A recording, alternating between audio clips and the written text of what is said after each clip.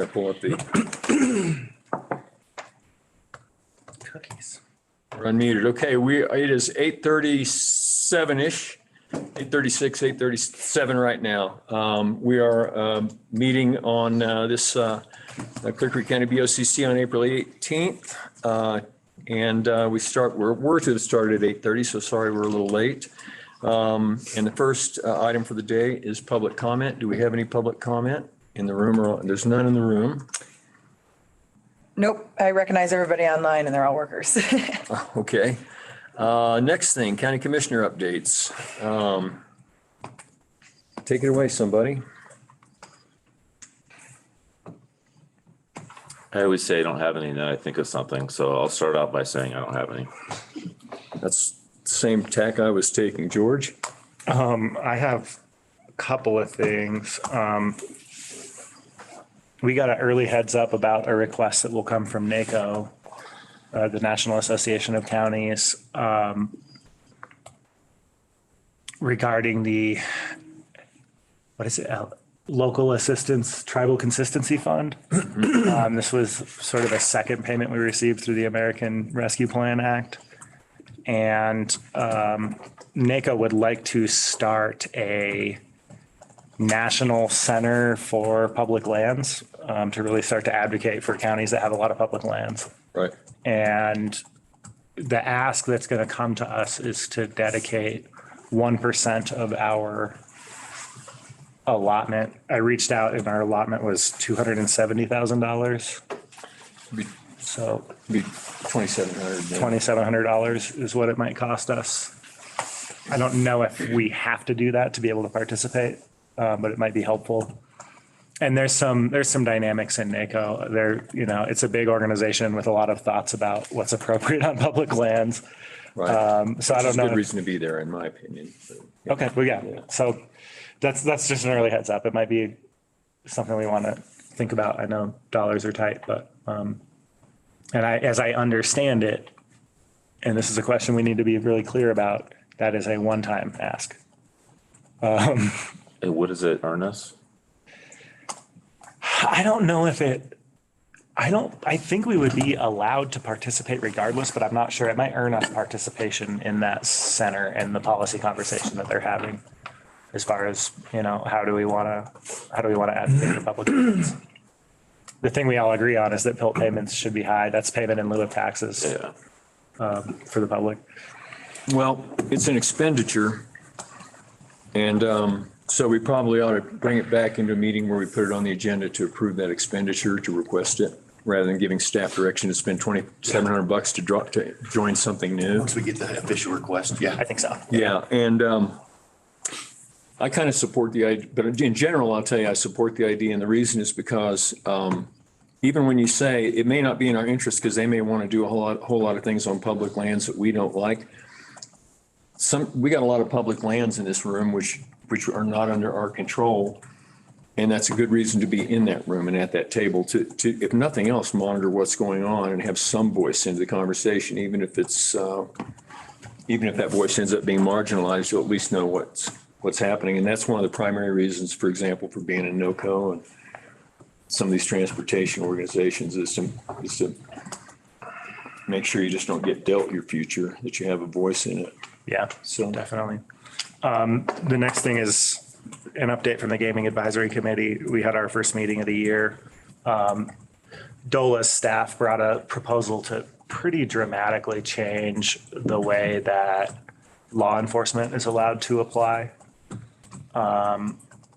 There's a lot of inconsistency in how law enforcement applies for reimbursement for gaming funds. And they want to standardize that application, which is something I support. And I'm asking for feedback. It's something I support. The way they're attempting to do it is something I did not. It's well known that there's more than $5 million, which is how much the state puts into this fund, worth of reimbursable impacts. And the proposal was to manage that sort of on the front end by limiting how much could be applied for. And I kind of take umbrage with that because I think the better approach is to encourage people to apply for every penny of expense that they document and document that there's more than 5 million so we can have a conversation with the legislature about that. And that means we need to come up with a way to equitably split that when we get more applications than dollars. And Chuck Harmon, who's also on that committee, and I made a pretty strong stand against that proposal. So we're going to form a subcommittee to try to come up with something better. An alternate. And so just wanted to update you and ask for any feedback on that conversation. My feedback, I mean, we've been doing this annually for the last 6 years that I've been here and long before. There's been no evolution in the constituents who apply for it. And to your point, George, I would be very surprised if there weren't nonprofits and or other entities in the county that deserve consideration there. And I just think probably many of them are unaware that the program even exists. I agree. And I mean, our Human Services Department, our Mountain Youth Network, our school district, are some that come to mind right away, our food banks. And I would love for us to hold a county meeting where we invite people and train them about how to document these facts and apply for them. Yeah. Another thing I would say in response to the ones that you just threw out there, my perception is some of those organizations are already essentially fully funded. So I don't know that we really look at this through the lens of need as well, which I think is a consideration. I think that is an important consideration. And what I would encourage is that we document every penny of impact we have. Mm-hmm. And then we have a conversation about an equity-based conversation about, who needs it when we realize there's more than $5 million of impact. Yeah, that's fair. Okay. The only, I will forward an email rather than go at length about what's going on universal pre-K implementation. I represent Collier County on the LCO, the local coordinating organization. There are a lot of problems with the timeline that the state is trying to make. And they're asking members of the community to sign up to get matched with providers. A lot of people did not sign up that we know are eligible, and we've asked the state multiple times to extend their timeline, and they won't. And it's becoming more of a problem. The director of that organization is one of many directors who are very frustrated. And so I'm starting to elevate that conversation at the state level to try to get just more support for these LCOs and for the families and providers that are trying to use this program. It's fair to say this accelerated timeline, or however you want to characterize it, isn't just our problem. No, it's not just our problem. And I mean, the reason I'm alarmed is because the data is really clear that universal pre-K can improve outcomes for people across their lives. It also can damage them if not done well.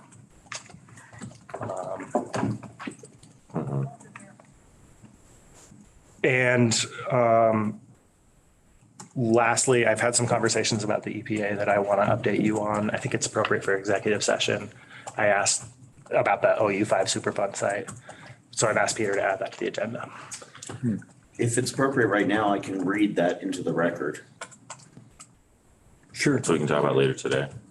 So we can talk about it So later we can talk today. about it today. So pursuant to, there's actually two that I will add right now. I've already asked Beth to just add them to the final revised agenda. Okay. Pursuant to CRS 246402 for the county attorney to conference with the Board of County Commissioners for the purpose of receiving specific legal advice on matters concerning litigation involving Brady Mystic. That's one. And then the one that George just referenced was pursuant to CRS 246402-4B for the county attorney to conference with the county commissioners for the purpose of receiving specific legal advice on matters relating to EPA OU5. Thank you. That's all for me. Okay. Good. Did you think of anything yet? I did. One of the conversations I would like to restart is related to the possibility of facilitating the creation of a community foundation here in Clear Creek County. We've talked about this a little bit before. All of our neighbors have one. Essentially, we don't. And the reason why it came to mind is another topic I think that we'll be taking up in the not distant future, which is with the passage of the Wellstrom Quarry rezoning, there's potentially a new revenue stream, which we need to discuss about what we think is in the public's best interest. And one notion would be to temporarily use some of that to help seed this effort. We already have money set aside from Henderson, and there was one other source that I can't remember off the top of my head.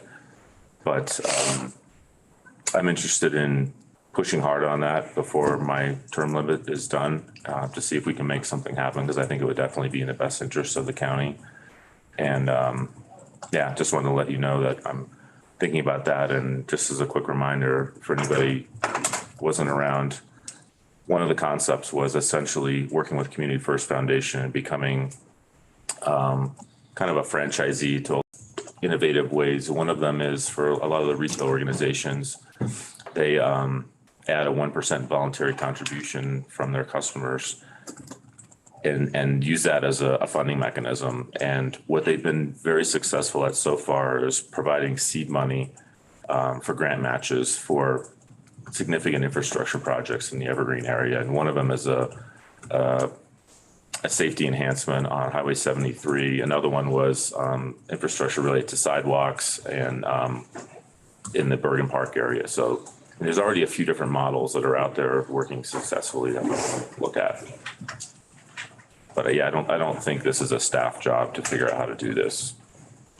I'm open-minded to it. I think our whole budget discussion, of course, weighs into this too, in terms of the funds that are available from things like how we project the fry quarry going forward. So, you know, I'm up for anything that's smart and makes sense and fits, you know, but I think our budget discussion yesterday, of course, we've got a lot of work left to do in front of us to determine what our disposable income is, or discretionary income, you know, so which there is none right now that I'm aware. So, but that doesn't mean we're talking about doing other things too. So I think it's a good idea to keep going on. Yeah. And I recognize you've been bringing it on for a long time. And as soon as you started talking about it, I thought Sean's thinking about it. The clock's ticking. He's got a year and a half to go to get that done. And you've talked about it from the beginning, I think. So, yep. I think I could support a one-time infusion of cash to get some bandwidth. And that's what I don't think it would be appropriate for the county to subsidize on an ongoing basis, but we just don't have, I haven't identified any kind of source of energy in the county to push this forward. So I think if we don't do it, no one will. Right. I agree. That's it. Okay. A couple of things, 2 or 3 little things. We have in the budget meeting we were in yesterday, I had to skip another meeting, which was a mobility data meeting over at NOCO. We have contracted with an outfit that does mobility analysis of where people are, where they're going. And so each of the jurisdictions in the NOCO region, each of the 5 different counties in the Forest Service and everybody was asked to pick 2 to 5 places that we would want to have mobility data on that we think are heavily trafficked or the information would help us understand. And I got with Matt and we actually picked out about a dozen or more places in Clear Creek County and turned it in. And the first reaction was that's way too many that they had. And then they saw that because they had enough redundancy between some of the other requests overlapping with each other, that they managed to fit it in at no additional cost. And so there was a meeting yesterday where they were going to unveil their first findings that they've done. And I think that must be retroactive findings from mobility data they had previously, because obviously what's most helpful to us is the summertime stuff. You know, that's where we're going to see where it happens. So I wasn't able to attend, and Matt and I and Amy weren't able to attend. None of us could go because of the the budget meeting. And so they said they'd set up a separate meeting for us and just go over, they were just going to actually deal with each jurisdiction stuff in that meeting anyway. So we would have had a very limited amount of time to talk about those dozen places. So instead, we're going to set a second meeting up just for Clear Creek with CNHP, who's, and so on top of that, then this mobility data will allow us to show the CNHP, or this data right here, excuse me, will show where the people are to overlap with the CNHP data, which is all that ecological sensitivity data. So we can begin to correlate where people are already streaming versus where the ecological sensitivity is. And that can inform a lot of our recreational decisions in the future. And so anyway, that's just a kind of a cool thing that we're getting, and that was at no additional cost. And then I'll be testifying on the WUI, the Wildland Urban Interface Code, in one of the legislative committees this afternoon. It's got pretty good shot at getting passed. And then I attended 3, and George attended, I think 3 also or so. We kind of overlapped a little bit. We didn't go to all the same ones, but Accelerates committee meetings. I went to Energy and Transportation and Natural Resources, those 3 committees. George overlapped with a couple of those, and then he did another one too on top of that, which I think was an economic business thing, wasn't it? Economic development. Yeah, Economic Development Committee, trying to get ready for our Washington trip. So, and then one other thing that's out there for potential expenditure in the future is on that CNHP data. You've heard me explain it before, and I'll try to be very brief, but it's basically it's ecological sensitivity throughout the region. And it turns out that every county east of or west of the plains all the way to Utah and from Wyoming to, and I mentioned this before, I think I did in one of these updates, all except for, I think I mentioned La Plata, I was wrong. It was Montezuma and Rio Blanco and Clear Creek are the only 3 counties west of the plains that have not had this data done, had a comprehensive analysis done of their county. And so I think it's important that we do that so that we've got the right information to make recreational and other decisions about our public lands going forward and conservation decisions. And so getting that data, it could even inform, open space decisions in the future and stuff like that, what's of the greatest value. So that is likely to be a pretty big ticket, but we wouldn't do it unless we got significant grants to be able to cut it down. Could be something as much as $100,000, but that would be, 100 to 125 is about what their guess would be for the one county like Clear Creek, about 200 for 200 to 250 for Clear Creek Gilpin. Gilpin has had one done, but it was of a lesser nature. They've expressed, varying ideas about whether they'll come in or not. So I asked for prices on both, and they're trying to cut the price down as far as they could. And that then we can start talking about grants and have a serious discussion in the future. And of course, no commitments are made at this time. And that's it. That's all I've got. Okay. That sounds really important, and like we might try to fit it into the ARPA conversation. That was kind of, yeah, I think that's a good home for it if we do that. Okay, that's county commissioner updates. County manager update, Brian? Thank you. Good morning. Thank you for all the time that you spent with us yesterday. Our retreat setting, 6+ hours of talking budget and then back the data through a regular meeting. So it's a lot of time spent, but I think it was time well spent yesterday. A lot of good discussion. I think it's important for our leadership team to hear your thoughts on our budget directly, especially given some of the tough decisions and choices we're going to be making here in the future. So again, thank you for that time. Based on all that conversation, I will be reaching out with the sheriff's office and making sure we can get some of those outstanding questions answered before we can then get another date set to get back in the room together again and go through it once more before we make some decisions on how we want to go public and start reaching out with respect to our budget challenges. So again, thank you for your time. It might be worth it for us to work on getting something on the calendar sooner than later. Yeah, I agree. Just kind of a deadline. Yep. Yeah, I'll shoot you guys some dates. Did you get any other feedback after the meeting, informally or otherwise? Any questions? That would that you think would be good for us to hear? Not really. We're going to debrief as a team on Monday Okay. in our leadership team meeting. So I would be able to answer that question better then.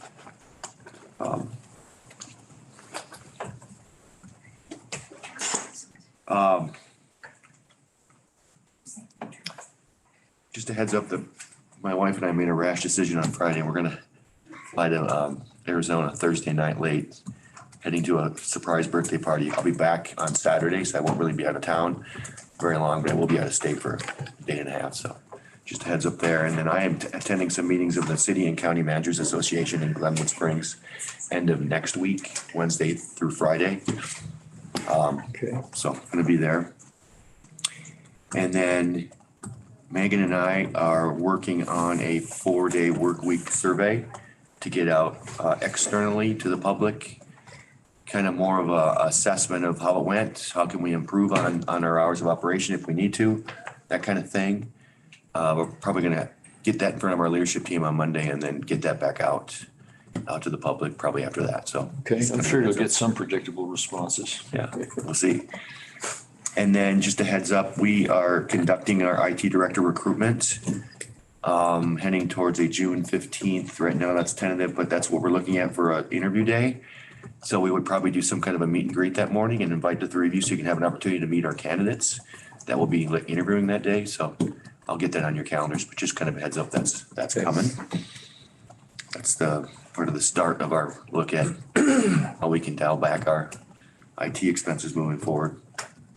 The last item I have is we did receive an application from Kristen Manwarn with respect to reapplying, re-upping for the Open Space Commission and whether or not the board wants to consider that. I'm sorry, I was looking at my calendar. What was, We've received application from Kristen Manwarn with respect to her application for reapplying to be reappointed to the Open Space Commission, whether or not, how you want to handle that. I guess I have a little bit of an update along those lines. Maybe a month and a half ago, you guys reached out to me and essentially let me know that there was some difficult dynamics going on between the Open Space Commission and our staff. And you asked me to meet with Kristen, which I did. And Brian, you were part of that conversation too. And I don't want to go into it in any great detail, but during our conversations, Kristen got fairly defensive, I would say, and really didn't take any ownership of my comments around that. And so my takeaway was if we reappoint, and I told her that I wasn't personally in support of reappointing her, and kind of I thought as a courtesy, let her know that, you know, if she did tender an application, that I would be very unlikely to support it. And anyway, she reacted pretty defensively, and in my mind kind of confirmed to me that if we reappoint her, we would be signing up for 4 more years of the same. So I don't support the application, and that's where I stand on it. So I'm curious to hear, George and Randy, what you guys think. I don't think we need an interview to be able to make a decision. And I don't support her application either. I think it's time for us to move into a different mode of doing business on the Open Space Commission. I think that involves both staff and the volunteers committing to a better approach to that work. And that's a good distinction. And I've had conversations with staff along the lines of, you know, how we can make some changes on our end to be more accommodating and more collaborative with all of our boards, including open space. Okay. My own experience with Kristen has been very positive. I found her to be, for me, I haven't found her to be difficult to deal with or defensive. I found her to be collaborative, and we've had a few conversations, and some of that's been recent. And one of them was when she was trying to deliver the goods for some of the things we requested, and wanted to know once over, and then I asked her to get with, I said, well, it looks okay to me, but I'm not the person to know and understand. I asked her to get with staff, and I know she sent that along, so I found her to be good to work with. And I think that some of the problems, I'm glad you mentioned, Sean, about having a discussion about what we can do to change on our end, how we're relating to open space as well. I think it's important that we relate with all the people, whether volunteers or staff, in a respectful manner that appreciates the work that they do. And I'd like for us to try to do that well. In this case, I mean, in this case, I would say I'm 1 out of 3. So even if I wanted to see her application, I couldn't see it right now. We would wanted to have her in for review because we go by majority rule. I think that unfortunately I think it's a two-way street. And that both the communications and the relationship are better on both sides. And I don't think I need to go into detail about that now, but I intend and hope to see that relationship with open space and all of our partners that we work with improved in a manner that everybody knows the value that we see in them. But I also know that change is hard, and I know that there's a lot of these changes we're doing that we have to do. And so we're going to have some recoil and reaction to that. I think that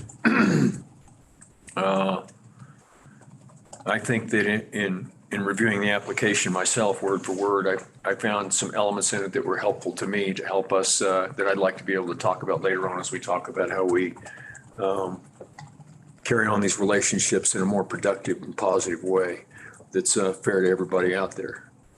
So that when we try to bring greater professionalism, we really do it. We act it out in all of its aspects. I mean, I'll go, I'm willing to acknowledge the majority here. I had hoped that things wouldn't have come to this and we would have had a better chance at working with her again, honestly, in an interview and an application, but I think that water's gone under the bridge now. And I regret that. And I hope that we'll work hard to avoid repeat performances of this kind of a dynamic in the future. I have a lot of respect for her, and I found her to be very straightforward and professional in the way she dealt with me. One thing I'll say in fairness to staff, because I acknowledge what you're saying. I've been in this seat for 6.5 years now, and we've dealt with many volunteer commission appointments.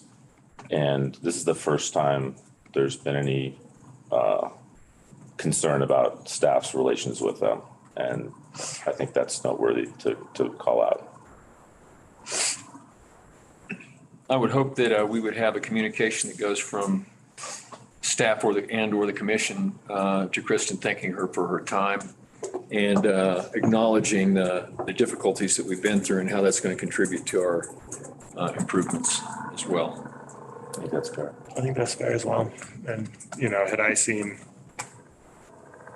in those 5,000 words, any attempt to take any ownership, I might be thinking differently.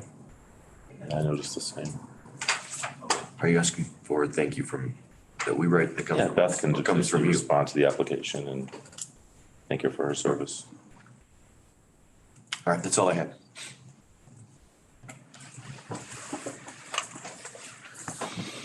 I have to plug in my computer, so.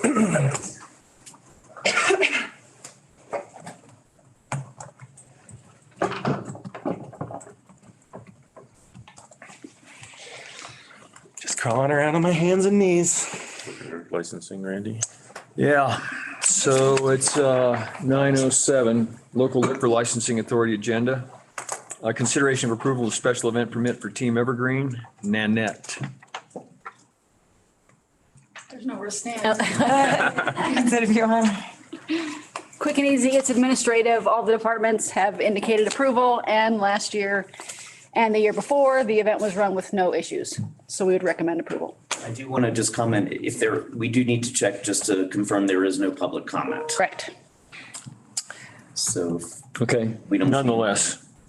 So this is not one with which staff approval we can move on, so. you can, as long as there's no Public comment. All right. Do we have any public comment on the Team Evergreen liquor licensing authority, I'm not seeing anything on mine. special event permit? It doesn't say in the title, but this is, the session series at Session White series. Hill. Correct, yep. They've applied for 5 days with the 5th day being a rain date in case they run into weather as they did last year. And the year before. Yep. It's always risky. Yeah. So, yes, Mr. Chair, if there is no public comment, then it can be administratively approved. So be it. Great, thank you. Consent agenda, consideration, first of all, I don't think there's anything that anybody, just that one thing. The warrant register. Does anybody want to pull the warrant register out and talk about it? Not today. Okay.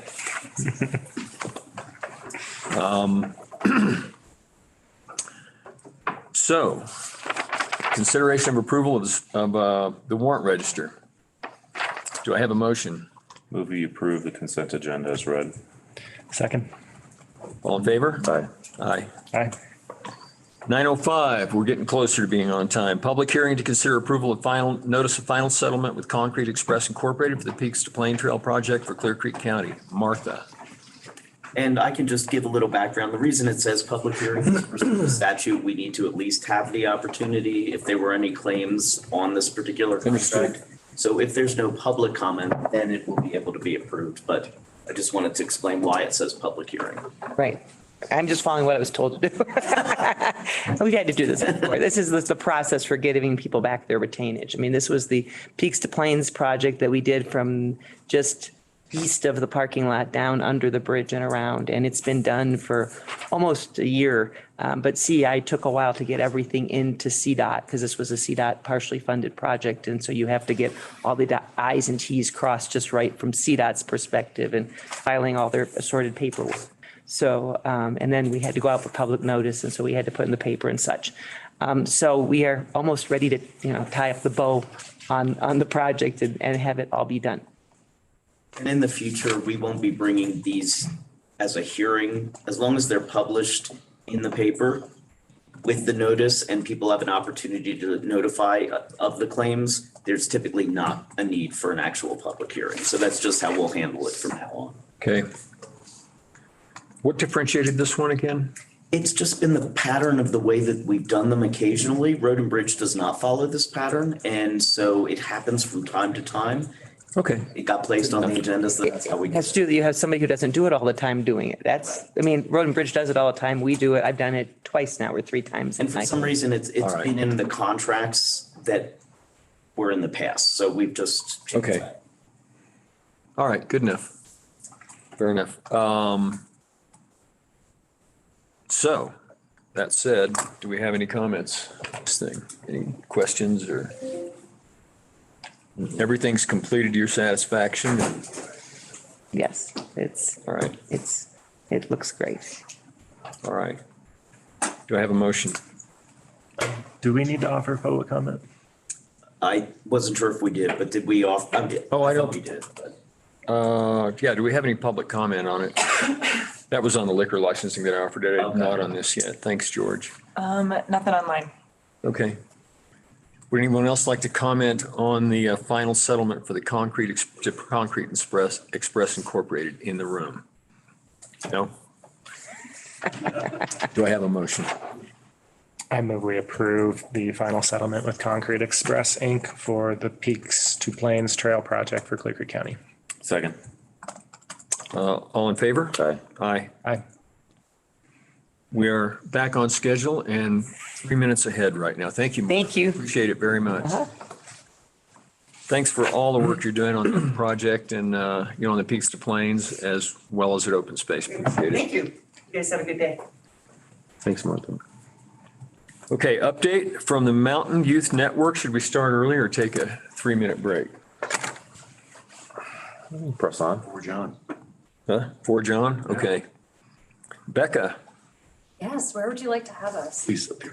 There, okay. And then we have a presentation to share. If you want to join the meeting, I will make you a panelist and you can share it. Okay, ooh, okay. That sounds very techy and I'm not. I can help you. Do we need any introductions or anything? Yes.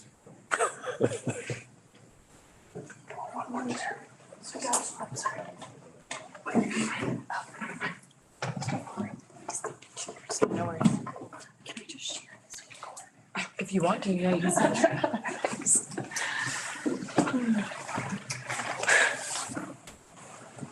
Oh, this is comfy chair. I could just thank it.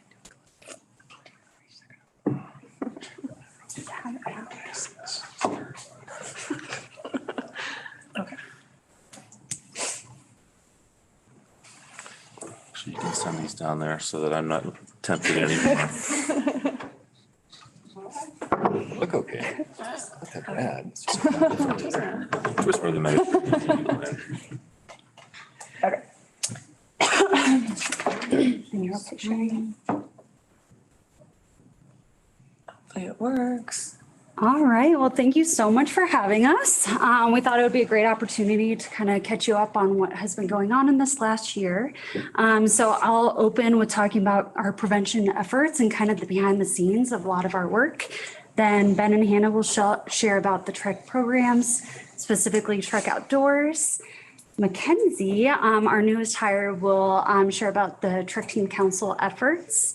And then I'll share briefly about our funding and just kind of sustainability, and then have it open for questions and comments so that we can have kind of a conversation afterwards. So I'm Becca Bernal, the Mountain Youth Network Manager.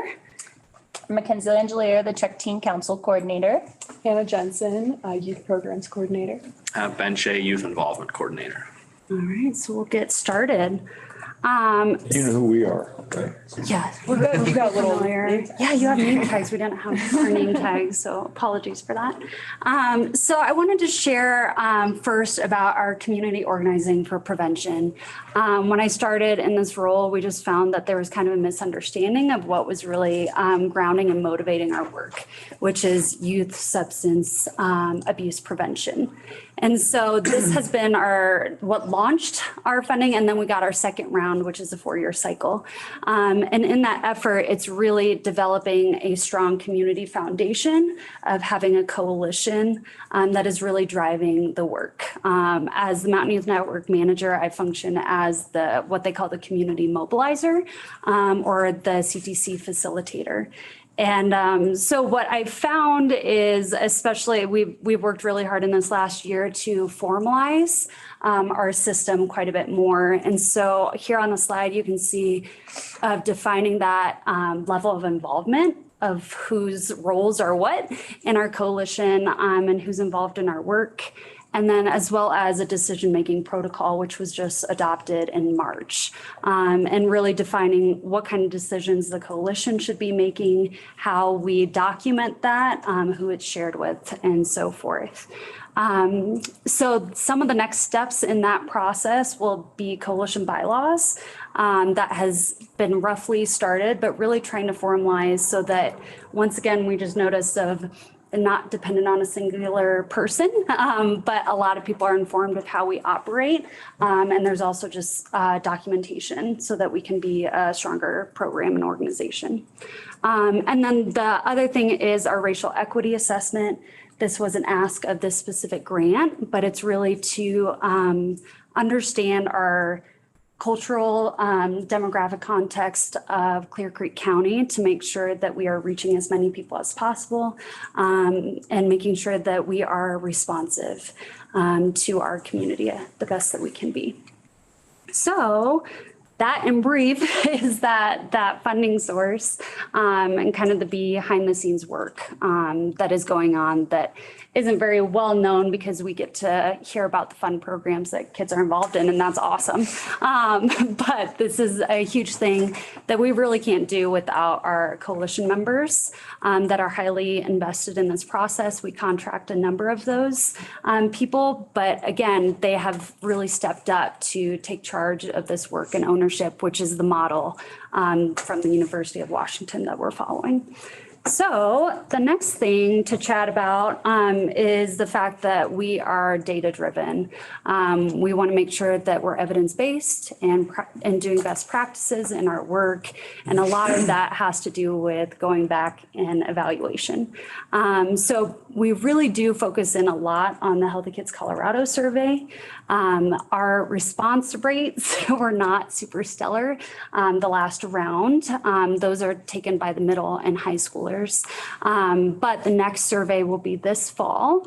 And we're really hoping that, as many conversations that can be had with families, parents, and students to really promote honest and comprehensive responses to that. Because that's where we're looking at a lot of our outcome goals of reducing that substance misuse, checking in on mental health statistics. And so listed on this slide is members of our data work group, just such a solid group of people that are very intelligent and way better at this than I was when I first started, and that we lovingly call the data nerds, because we sit and comb through data to make sure that we are actually tracking and hopefully have the results that we're seeing.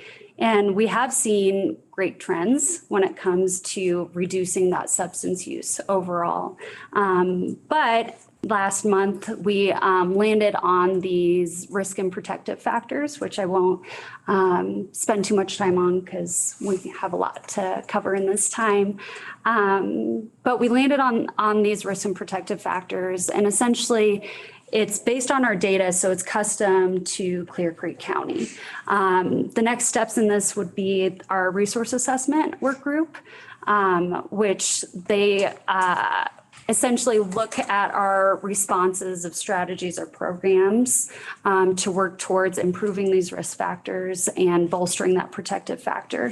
They're meeting weekly. We started this month and hopefully we'll continue to next month, and we'll come up with some strategies to recommend to the greater coalition to adopt. And really that's directing our work. It's not just what we think is best. It's really this community-wide effort that, and I wanted to say too, voting on these risk and protective factors, we had full representation from all the sectors that we're going for, which I think is a huge win.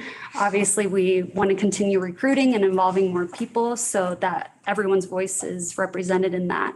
But I think that we've just to celebrate the great strides of our community involvement in our work.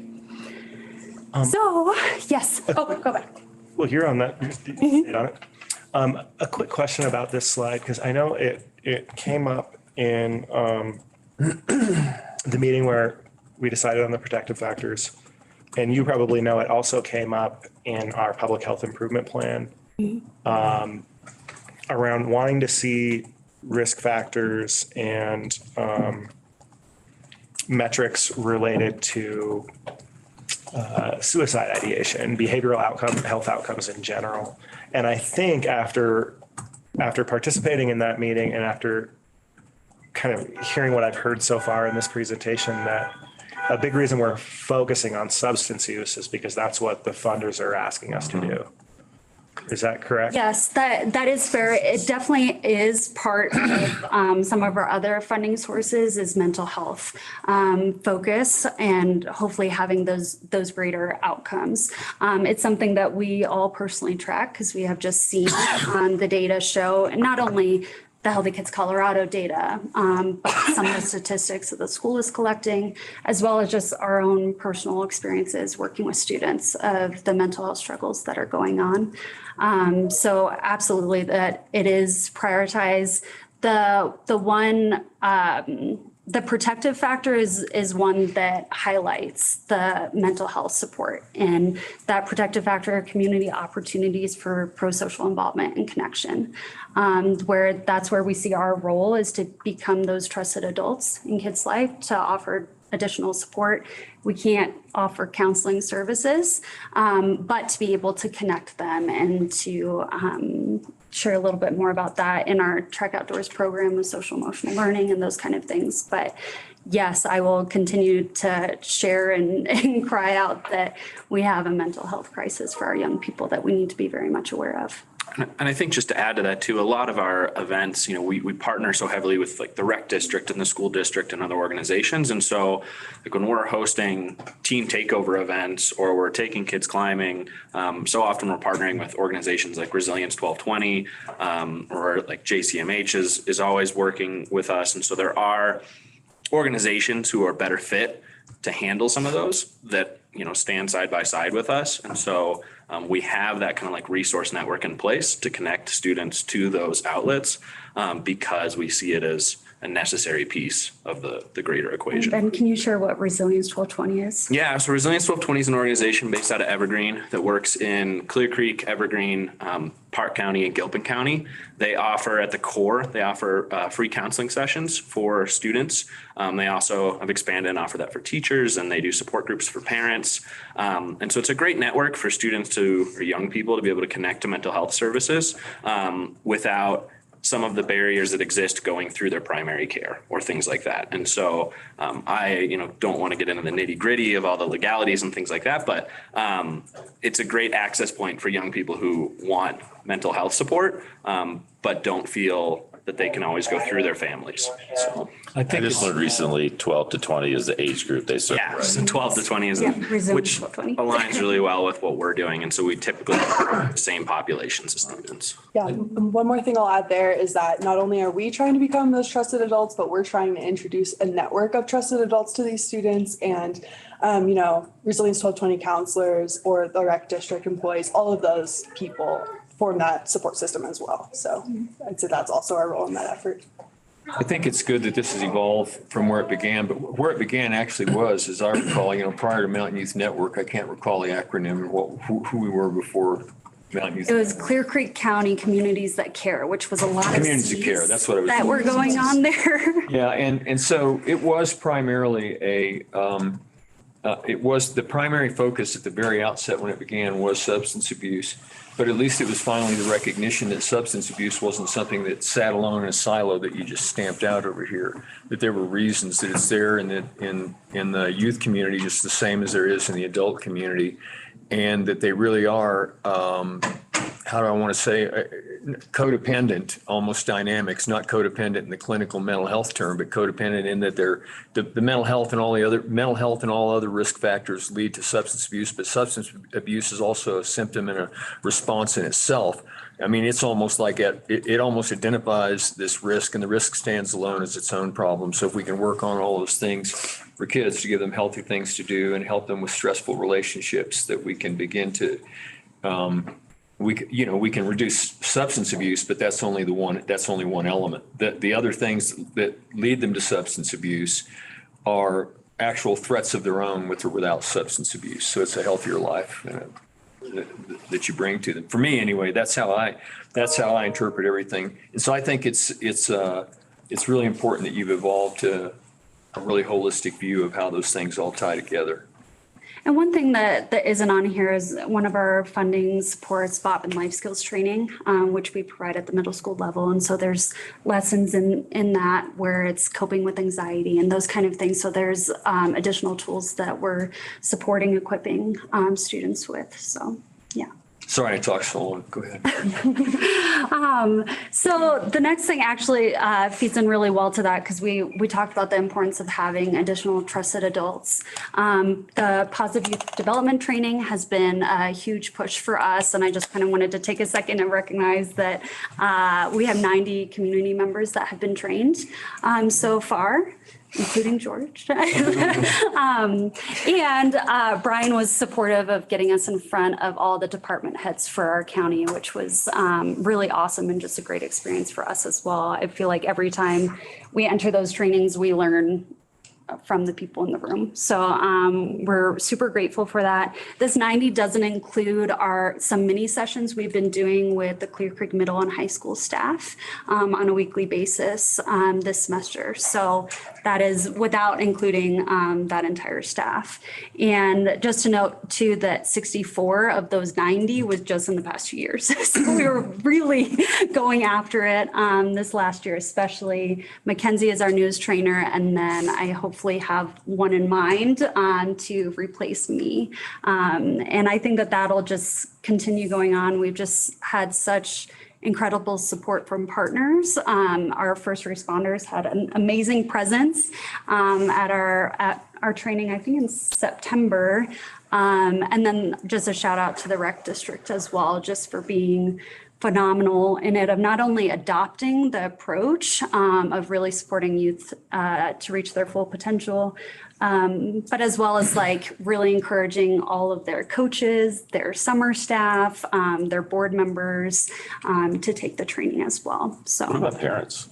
Parents, so we actually did we hosted a specific training for parents this last round and had a really minimal turnout. The challenge is trying to find the right time to do it because after the work, the work day is a lot. We tried a Friday afternoon, hoping that that would be more effective. But I think that there could be additional a partnership with the school district, which we had in this one, but in terms of promotion of it. But I think the big part is just those conversations, having them within the community. I know that George brought that back here, and that's why we had the conversation with the department heads of going like, hey, this is really great. Please be a part of it. And so if parents can have those conversations with each other to encourage them to attend. And I think a lot of times when we do have parents in the room, they go, oh, I wish I had this stuff as I was raising my kids, like it's a little too late, or, even just any relationship that you have with a young person, it's definitely applicable. But it's just been awesome because I'm in a lot of conversations with other communities that do this work across the state. And I feel like Clear Creek is the example of our community adopting this, which is, again, something to be really proud of. Yeah, I mean, I thought the training was awesome. And we did the presentation as well in 2020. You guys probably remember it, where students or youth did the positive youth development training for us. And I thought that was really fun. And I felt like it was very empowering for them. So, and as a person who's not a parent who took their time, and I can just tell you that it has changed the way I think about how to approach youth and helps me just be confident approaching youth. And so I would encourage, whether you're a parent or not, if you're an adult, engaging with this content, whether it's on YouTube or finding one of these things is a really awesome thing to do. And it'll be better your life as well as giving you better tools to better others' lives. And I want to thank Megan for creating our promotional video that is on YouTube. So thanks for that reminder. She did a fantastic job of interviewing. I mean, it's painful watching yourself on a video. Interviewing a number of us and community members that have taken the training to share why it's important and what it means to us. So she did. If you think it's painful watching yourself in a video now, just wait. It's where it's great. Yeah, that was fun. I liked it. Yeah, no, thank you for that. So we're going to transition to opportunities that we're creating for young people. So I'm going to pass it off to Ben and Hannah to share about Trek Outdoors. Yeah. We'll start off by sharing about our Compass Day programming. So as you know, our school district has shifted to a 4-day school week this year. We have been a part of the effort to give those youth and families programs to participate in and use their time in a meaningful way on Fridays specifically and after school. And we have selected 2 main programs for that based on youth feedback before the school year began.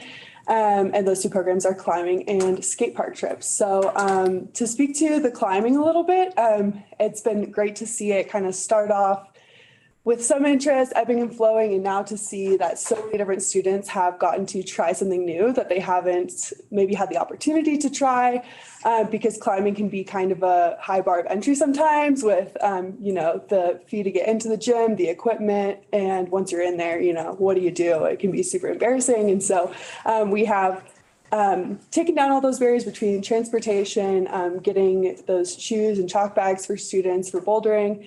And then we have adults throughout the community who are avid climbers who also join us on programs to kind of teach technique, mentor youth, and help them with skill building and confidence. And then that kind of channels into students who just started off less than a year ago now, leading our safety talks at the beginning of our program and being able to pass down that knowledge and gain that leadership skill.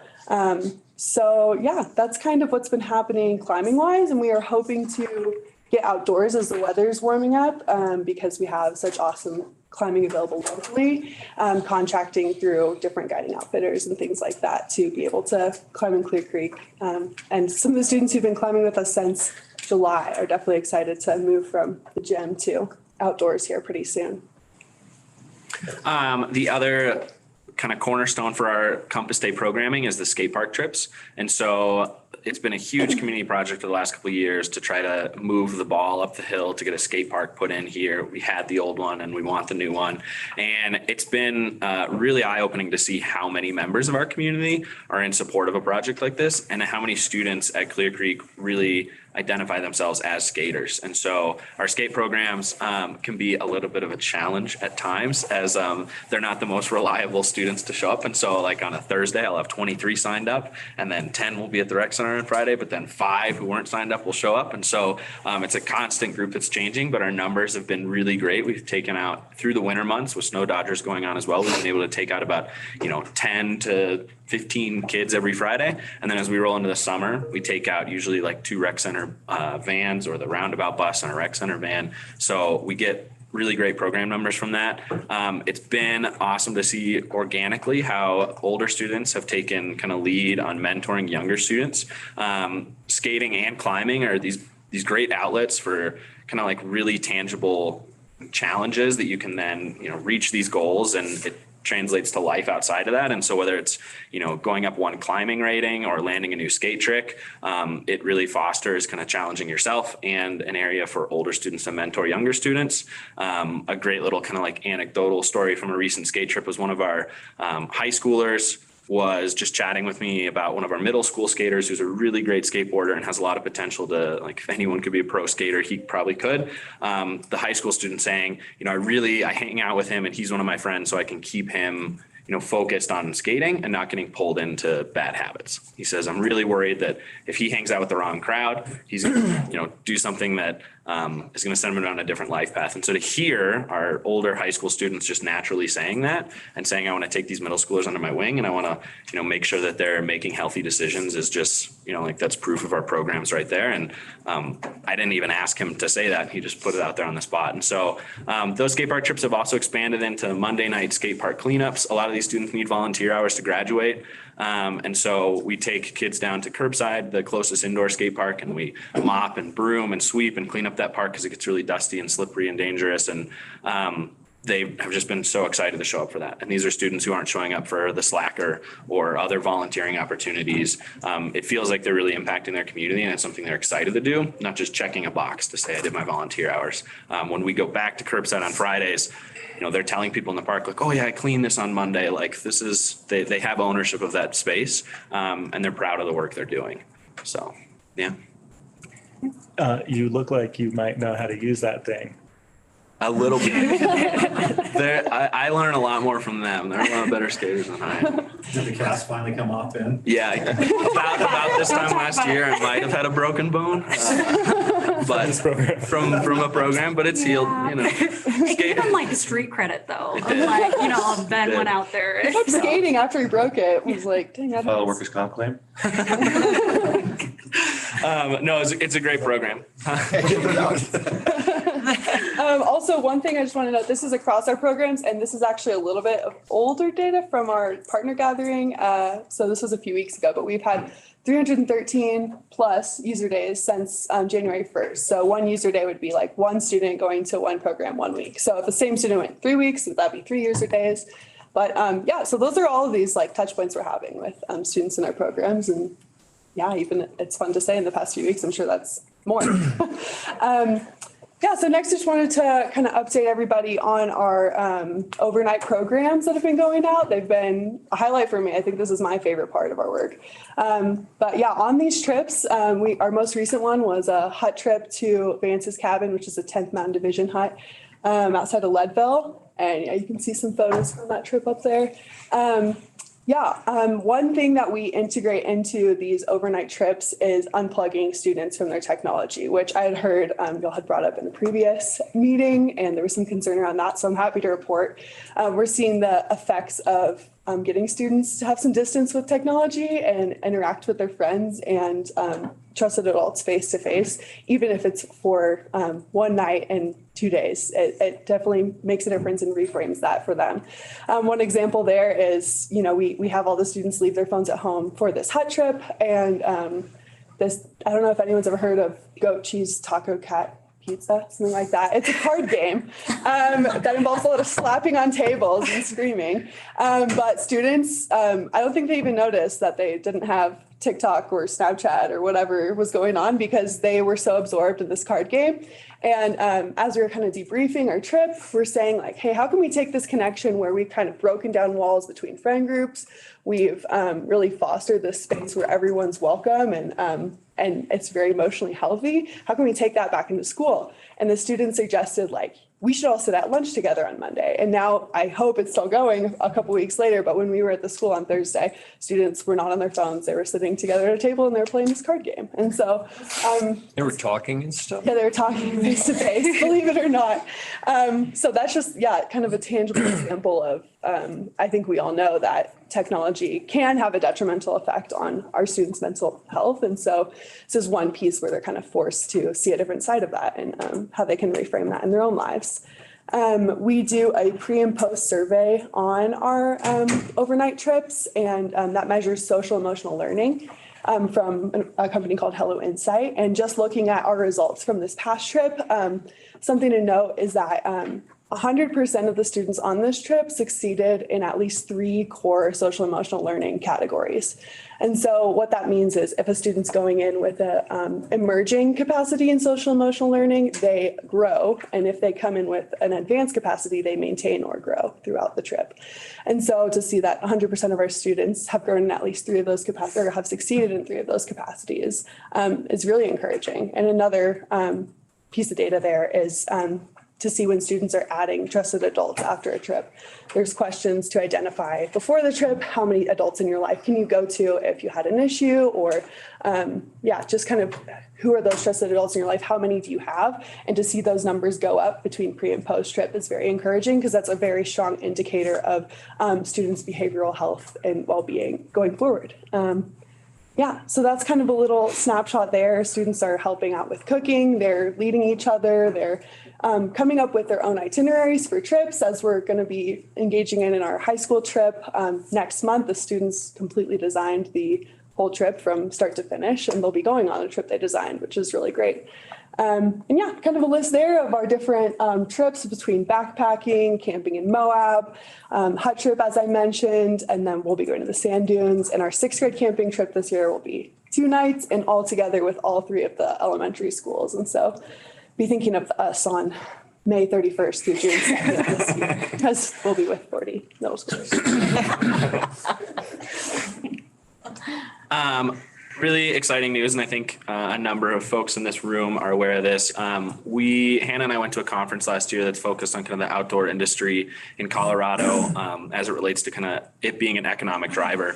And Clear Creek is such a recreational mecca and can be such a strong economic driver. And so part of that conference, they announced this grant program, which is specifically intended to fill your community with opportunities to grow that economy. And so growing up here, I left school and became a river guide, worked on Clear Creek for a long time, and saw how, thousands of tourists come through our county every week and go rafting and then go to restaurants and go to the breweries and they spend their time and their money here.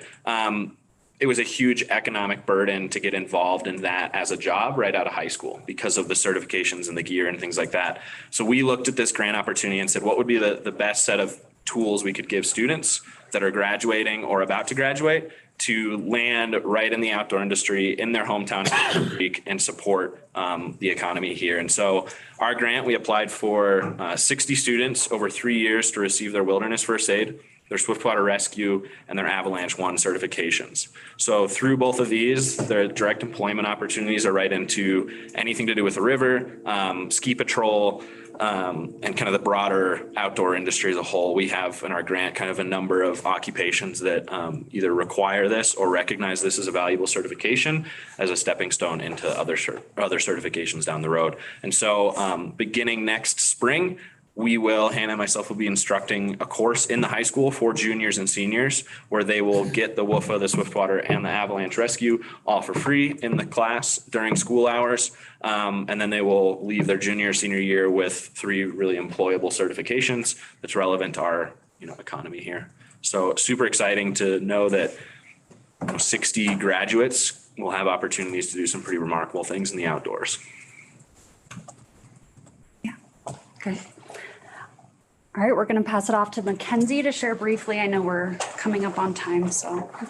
Yeah, this is our Czech Teen Council, and there's a picture up there of us leading in the library. We had kind of a rocky start getting it back up after COVID and causing some awareness in the school, but we found that just hitting middle school lunch, high school lunch, a bunch of students come up there, and we really like to focus on our motto of nothing about us without us. This is where the students give feedback and just really inform our work. You can see across the bottom some actual polls that we did. So the students have their phones and they're doing this in live time up on the screen, which they really love. It's a great, unique way to get feedback. And you can see recommendations of go-karting for a Trek Outdoors activity, or we're talking about, we just focused recently on mental health. Yesterday, we had our April Trek Teen Council meeting because this happens about once a month. And just looking into that, getting some more feedback from students about where they're at, how they're feeling, end of the school year, finals coming up, what other kind of resources or services we could provide them. And, I know social media and mental health have been a big topic. We found that when talking about the biggest struggles and challenges in Clear Creek County with our youth, high school students were having about 60% of them, their biggest struggle right now is school and school related, as opposed to mental health, which we had seen sometimes in the past. But then with our middle school, about 1/3 of their biggest concern in this small sample size was mental health. And they have great recommendations on how we can address that, one of which being peer-to-peer talking. And if we see more of that, hopefully we'll find some sort of program that can do like a peer-led counseling training for our youth if that's really something that they want to pursue. But it really just comes back to the nothing about us without us. They inform everything that we do through this. And then we also have our social media and our Trek Talks. So as far as social media goes, these are some posts that I've created. You can see our Guess What Gus, and it's really just recognizing yourself in this community and what we call positive community norms. So there's, the gold digger in the background. That's one of our students at Rail Jam for the skate park, and just seeing themselves and their friends. We partner with Rise Above Colorado for these positive community norms, which really focus on as you can see, there are 95% of students choosing not to smoke cigarettes in the last 30 days rather than the negative. So just kind of putting a new mindset on it, like, this is the normal thing to do. It's not everyone is doing this. Most Clear Creek gold diggers are making healthier choices. And Rise Above has even taken it a step further to create our own personalized ad that the kids are seeing on social media with some of these pictures, with some of our posts and some of our student pictures. So as you're tapping through on Snapchat or TikTok, you'll see pictures of Clear Creek High School students and these slogans and a link to our website and everything. And students were asking me about it yesterday at our Trek Teen Council, which was awesome. Like, how did you do that? How does it show up when I'm at school? That's what's popping up on my advertisements on my phone. How did you get student pictures on there? They're really curious about it, but we've had great engagement. And then our Instagram engagement as well has risen by 28.9% in the last 30 days. So that has to do with liking pictures, viewing our profile, following. And then just briefly on our Trek Talks, there's myself and a team of high school students there where we really focus on their leadership skills in developing and practicing these presentations. And it's a really peer-led learning model where we have presented to the middle school, both 7th and 8th grade, all students, Carlson and Georgetown on No Vape November that these students created. And then we have so far done Carlson and Georgetown for tobacco. We have the middle school scheduled. I just heard back from King Murphy yesterday, so we're getting over there for both presentations now too. And these are topics that the students just really feel passionate about, that they decide they wish they had learned or they want to instill in younger students. And these younger students just look at the high schoolers like gods and really listen to them. You know, you're in the room and these kids are like, I'm never going to vape. And that's so exciting to hear fourth graders say that. And the participation is crazy. So that's awesome. Coming soon, we're going to have a Trek podcast regularly put out, which is actually going to be developed and entirely led by one of our youth advisors. She really just took that on and found what she wanted to do, and we'll see that soon. So I know that we're kind of at time. So I just wanted to briefly just show that this is all of our funding. That was kind of one of our goals in this last year and a half, to really diversify our funding. So there's a list, and I won't go through of what each of those funds, but that could be a follow-up conversation if needed. There's obviously incredible things that this team is doing that is impossible without the funds to do it. Our largest grants conclude in 2026. And so there's conversation of how we ensure that this work continues beyond that. And I just wanted to note too, just a huge win in terms of the Community First Foundation of being able to accept donations through that.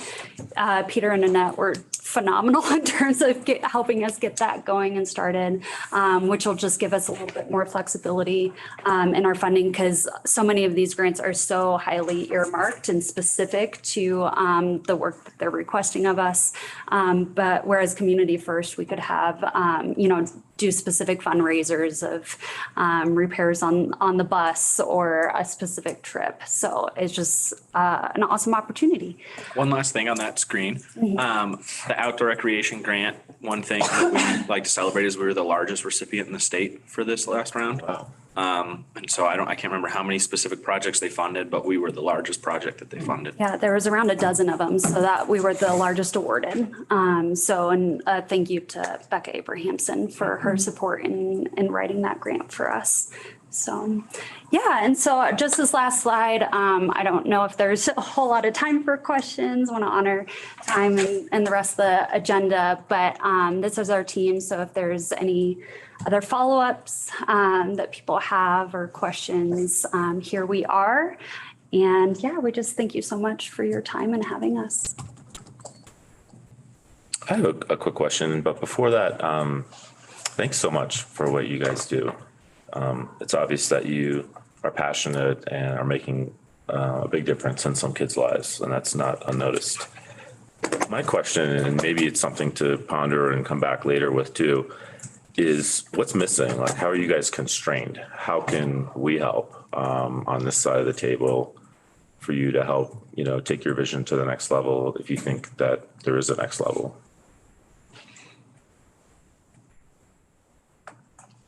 What could you be? I mean, I think there's probably more opportunity on Fridays, because if I'm put myself in the shoes of maybe a single parent in Idaho Springs, and now I have an issue every single Friday for the entire school year. I know you guys are chipping away at that, but that's just something that kind of jumps to mind for me. And I don't think it's your responsibility in any way, but here you are and you're doing something about it. Yeah, and part of that is the 21st Century Learning Grant that the school has. We partner with them on that, and so we are able to have some of that funding for our Friday programming. But the school district is really trying to expand that to be able to support those families on that Friday off. I'm sure other things could come to mind, but I think one challenge that we could try and figure out a little bit better is in terms of employing youth and compensating youth for their work with us.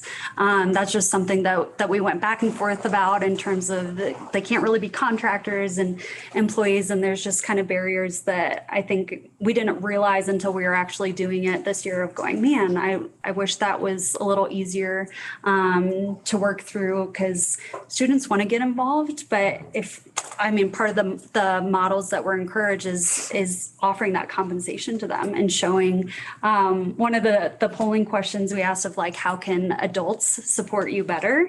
And the response was show more appreciation. And we're like, it's not what we're expecting to get out of that. But so if we can figure out a way to streamline that effort, I think that it can make things a lot easier to get those students involved and really creating a model where they're initiating and leading a whole lot more.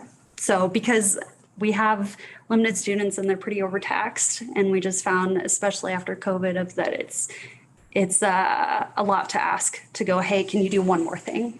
That's a lot. So. Well, I think on that note too, it's also in terms of programming, Clear Creek doesn't have all that many students and young people, and they're all strapped for time. And so, they're in on the football team and they're in the play. And then on top of that, they want to show up and they want to help at an event for us, and they want to go skating. And so between everything that's going on with all the different organizations and the events and sports, there's a lot of opportunity for youth to engage. I think the challenge is there are still students that are slipping through the cracks, right? And so a lot of the work we've seen, like the skate trips, I think are a really great example of that.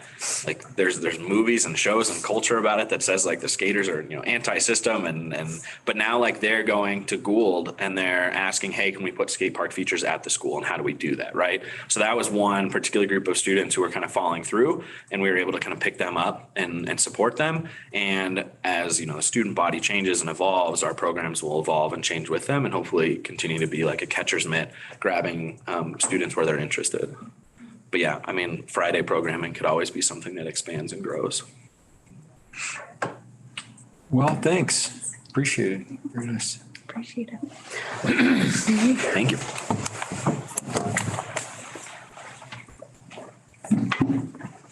Good? Okay. Good to go?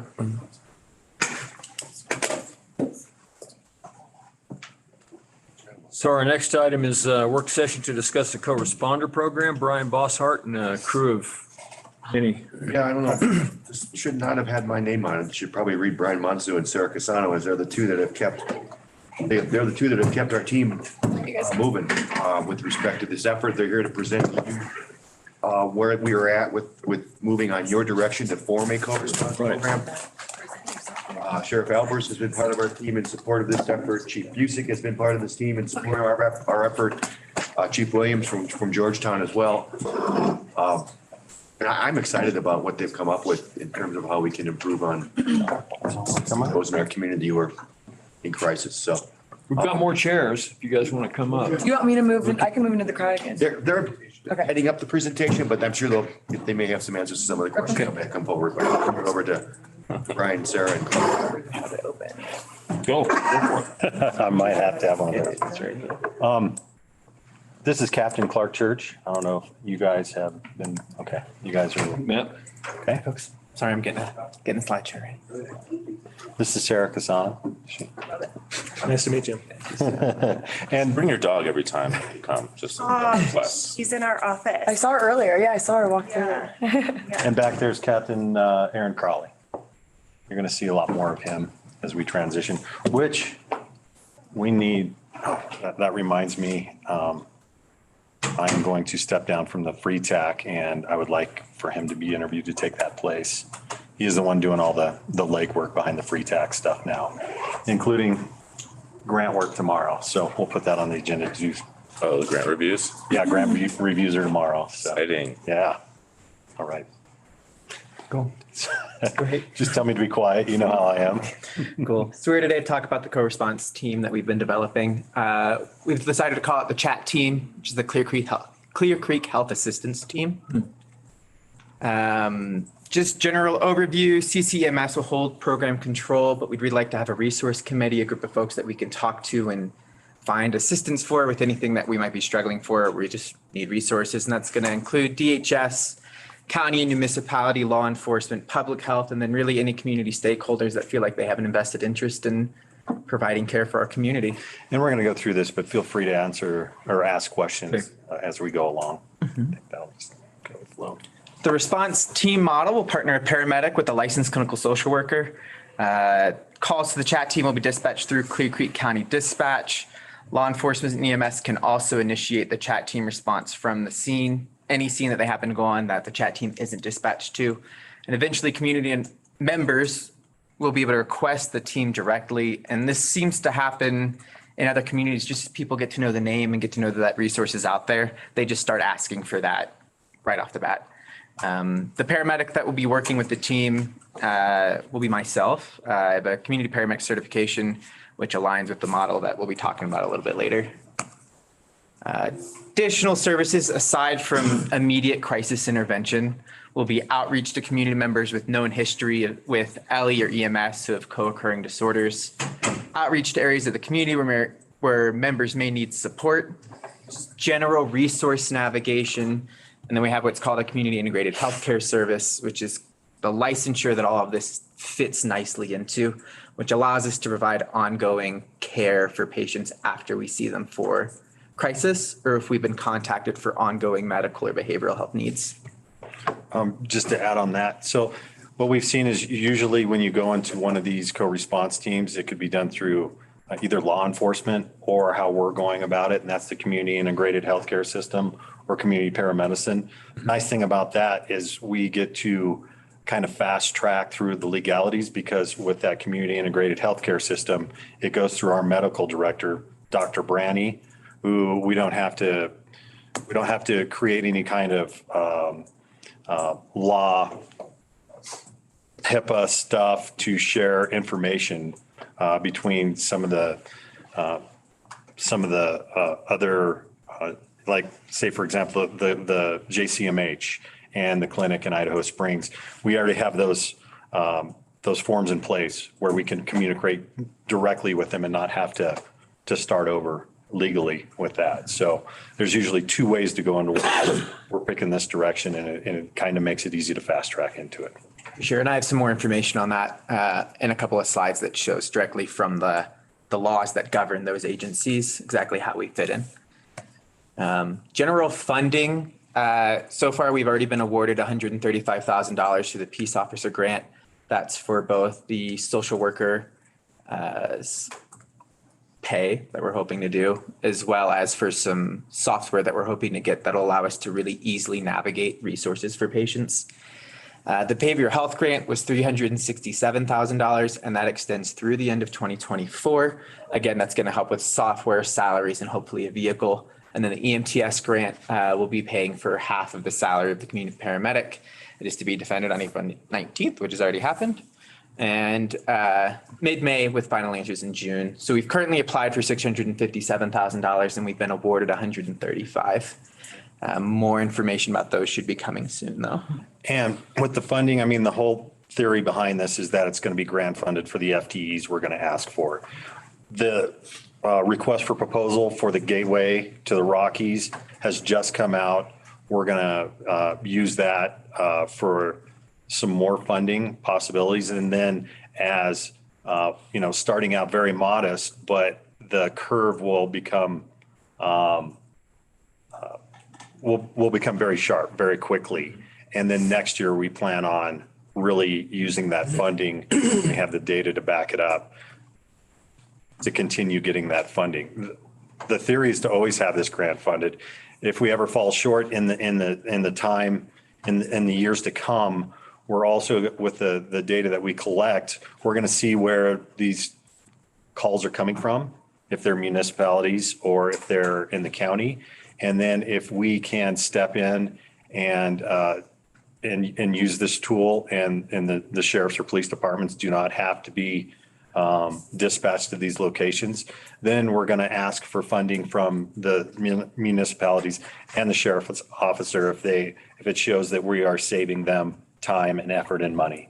It's, which I think it will, because as we talked about before, looks like 15 to 20% of the calls we run in this county, after we get established, will be something that we could step in and help with. Okay, is there another 100 grand besides those three? You know. Well, we are going to ask for the other half of Clark's salary, and also I think either vehicle or remodeling for the station through the gateway to the Rockies, which I hope we'll get, because we don't know yet. And the request for proposal states that it's very priority for agencies that interact with multiple agencies, multi-jurisdictional. But it also states that if you're taking a chunk out of that multi-jurisdictional, you guys could step in. If you're taking a chunk out of that, then you should be given the grant for that piece that you're taking. I see what you're asking. I think I did the math wrong. Should that be 567? As I'm now doing it in my head again, I think I just fat fingered the button. And I noted that the one in our packet is different too, so it's different than that one even. So I updated with some it's figures. evolving. Yeah, I just clicked the button wrong. Sorry. I appreciate you noticing though. I'll make that change. I wanted to know what the other 100 was. No, you're right. I just typed it in wrong. Cool. Types of calls that we were responding to. This comes from the algorithm from the Denver STAR program, which is a co-response program that's in the city of Denver. These are CAD-related calls. This is how things are dispatched within our 911 system. And some of these titles are different than what we use here. But as a gist, there'll be calls for assist, disturbances, indecent exposure, an intoxicated person, safe to tell, which is an anonymous reporting program that's used frequently by the schools, suicidal parties, psychiatric parties, trespassing, unwanted party, and a welfare check. All calls will be screened with an algorithm for safety. Of course, somebody that is simply seemingly irate wouldn't necessitate a police response. But of course, there's violence, clear aggression, or weapons. We would not be able to just send myself and a social worker into that. So we're very actively monitoring how to do this both safely and how to minimize response from law enforcement on non-law enforcement calls and ambulances, right? So to make sure I understand, sometimes you'll respond on your own and sometimes you'll decide you need a law enforcement. Yes, absolutely. Yeah, right. And sometimes maybe an ambulance too, right? If there may be a medical complaint or if there's a safety concern, of course, we're going to have the parties that need to be there for those things to be there. But we're hoping to field as many calls by ourselves as we can while keeping it as safe as possible for everyone involved. Yeah, and anywhere between, historically, EMS has stood by, a couple blocks down the road for certain law enforcement calls. As we get our feet underneath us and we start to get a feel of how we're going to do this, I think that's a part of the realm, of outcomes also is we're going to be very conservative. We do not want to get anyone hurt. We do not want to have, the safety of the providers is the utmost priority. So I could foresee something like, this is borderline. We're going to err on the side of caution and maybe have law enforcement know of our situation, what we're up to, but not coming into the scene. We don't anticipate this being much different than what our ambulance crews would walk into any day, right? The goals of the program, of course, are to reduce arrests, reduce contact with Ellie when a community member is experiencing a nonviolent crisis, reduce ER visits. Most importantly here, we're trying to connect at-risk community members with services, right? A lot of this program is going to be social navigation. There are reasons that people are unwell, and we'd like to find those reasons and find solutions for them. And then generally, this reduces costs for the healthcare system as a whole. Community input, be looking for a community group, of course, to provide feedback, and especially feedback centered around experience interacting with the alternative response team, personalized experience, people that have met us and talked to us. We'd love to hear from their perspective if they felt like things were good, right? It's really an important part of any program. Community integrated healthcare service. We received licensure as a CIHCS agency earlier this year. The LCSW and community paramedic team can create scheduled recurring visits to address basic healthcare and or behavioral health needs. And it offers an opportunity for an in-depth assessment to screen for social detriments of health and prevent recurring calls for service. Again, this is just a more detailed way to see what's going on and how can we help. The way I'm sorry That's again. okay. The way I picture it in my mind is that the community integrated healthcare service and the co-response team will be the powerhouse, like a tractor. And then everything that we have, all the tools that we have will be implements that could fit into that. And the great thing about this is that without having to have people ask us, I mean, they're going to have to ask for our health or our help, but we're kind of fast tracked on a call into their situation. So we could immediately assist them with the needs that this community has to offer. I think a lot of times there's a breakdown between we have all these things for the community, but how to get the person, you know, in communication with those tools to better help. This is like a way for us to get in, get the door open, and then say, look, here's the things that we could do to help you. Here's the people that we can get you, you know, in communication with to make your life and health better. So that's really important to me. I think that's a great tool that we haven't had before. We've had to wait for them to come look for the, you know, do everything we can to seek them out in the community. But here, all of a sudden, we're going to be right in with them. And we could say, this is the stuff that we have to help you. Here's the tools. And that makes me so excited. I want to shake. I mean, that's awesome. That's awesome. I want to acknowledge and make sure that any public who's listening to this understands that this piece of this is something that you all have been working towards for years.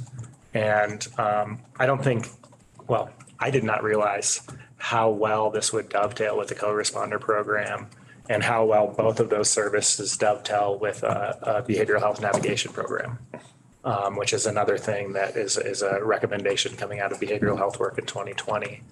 And so I just want to compliment you on being ahead of the curve and really being ready to when this need became painfully apparent in our community, that we had an agency that was already pretty well down the road of knowing how to fit this in. You know, I think I'm going to hand a lot of that to Clark. He saw what the future could hold, and he saw what the usefulness of the community integrated healthcare system could really do, and then tie all this stuff in with it. So he's been the one that just was like, and by the way, this is what we can do. And it's like, wow, that really makes sense. I love stuff that really makes sense. So got to hand it to him. Yeah. Appreciate it. So next, some legal block text for y'all to read. Colorado 6 CCR 1015-3. That's what tells us as paramedics what we can do, right? Right here, this talks about the community integrated healthcare service and what a community paramedic can provide.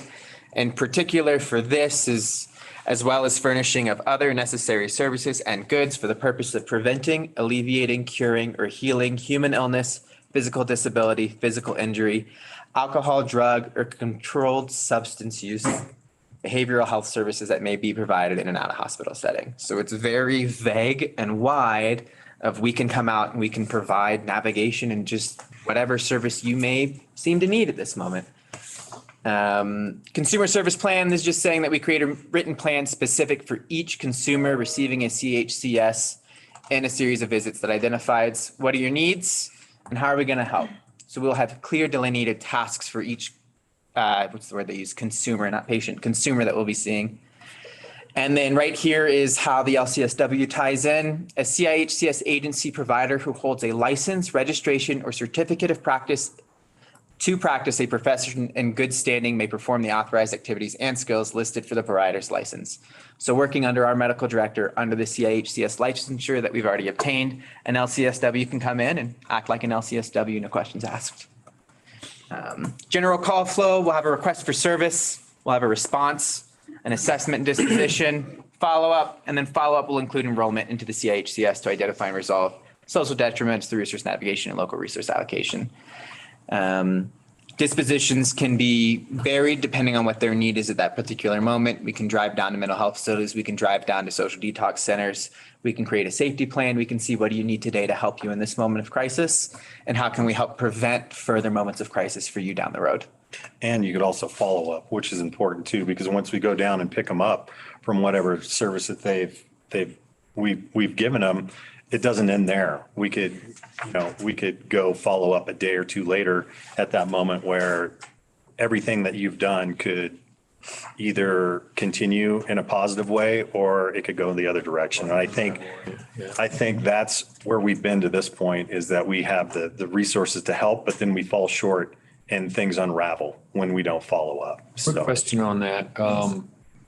One of the biggest problems with providing, for example, effective healthcare and behavioral health services is when follow-up doesn't happen, when people don't follow through. Sure. So when you identify a problem and you get somebody into a plan that comes out of this, then it's that follow-up. So what you're talking about is a proactive reinforcement of follow-through, because if it's left to somebody to say, well, 10 days from now, you need to do this. Right. And they're going to wait for that. So having somebody follow through with them to keep them on track, encouragement is, do you see that as a particularly big plus? Yeah. This work? I think just doing that rapport building, right? So hopefully somebody can build that relationship with Clark and the social worker and start building that trust in the system, and then maybe feel more confident and comfortable going into meet with whoever's recommended for them to meet with next. Mm-hmm. Yeah. Okay. Thanks. A little bit about operational hours, based on about 290 data points that I pulled from calls run in 22, including adult abuse and neglect, psychiatric issues, attempted suicide, alcohol-related, drunk party, pedestrian on highway, runaway, safe tell, suicide party, I'm on a party, I'll check.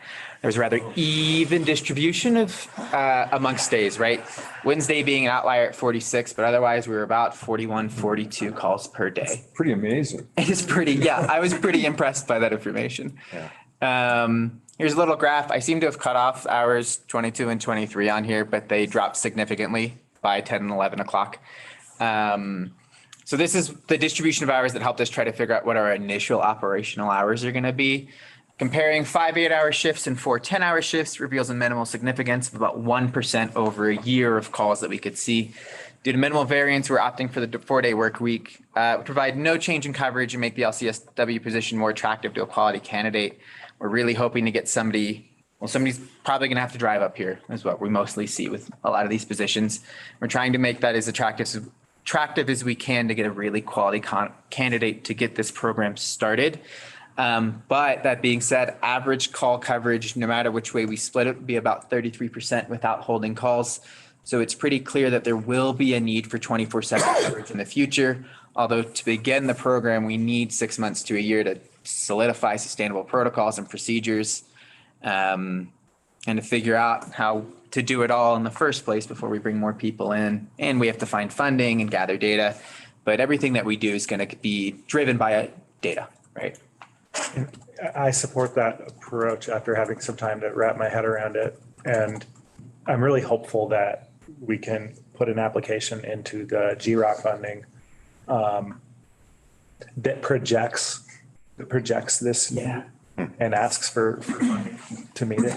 Absolutely. I think we kind of know where we're going, that we're going to 24/7 is an awesome goal. I think there are programs that have been around for years that don't meet that, but pretty clear from the data that there's a 10-hour period, 7 days a week that this will be a badly needed service. Absolutely. Yeah, and one of the things that we really looked into on that was to make an ask before we had the data to back it up. We were worried that could possibly have, like detrimental outcomes in the future when we ask. If we had to ask, got the money, and then say, we don't have the need for that money, where, with some grants, that could be shooting yourself in the foot. So the next time we ask for it, they're saying, we just wanted to make sure to set ourselves up for success as much as we can. It'd be nice to have that data.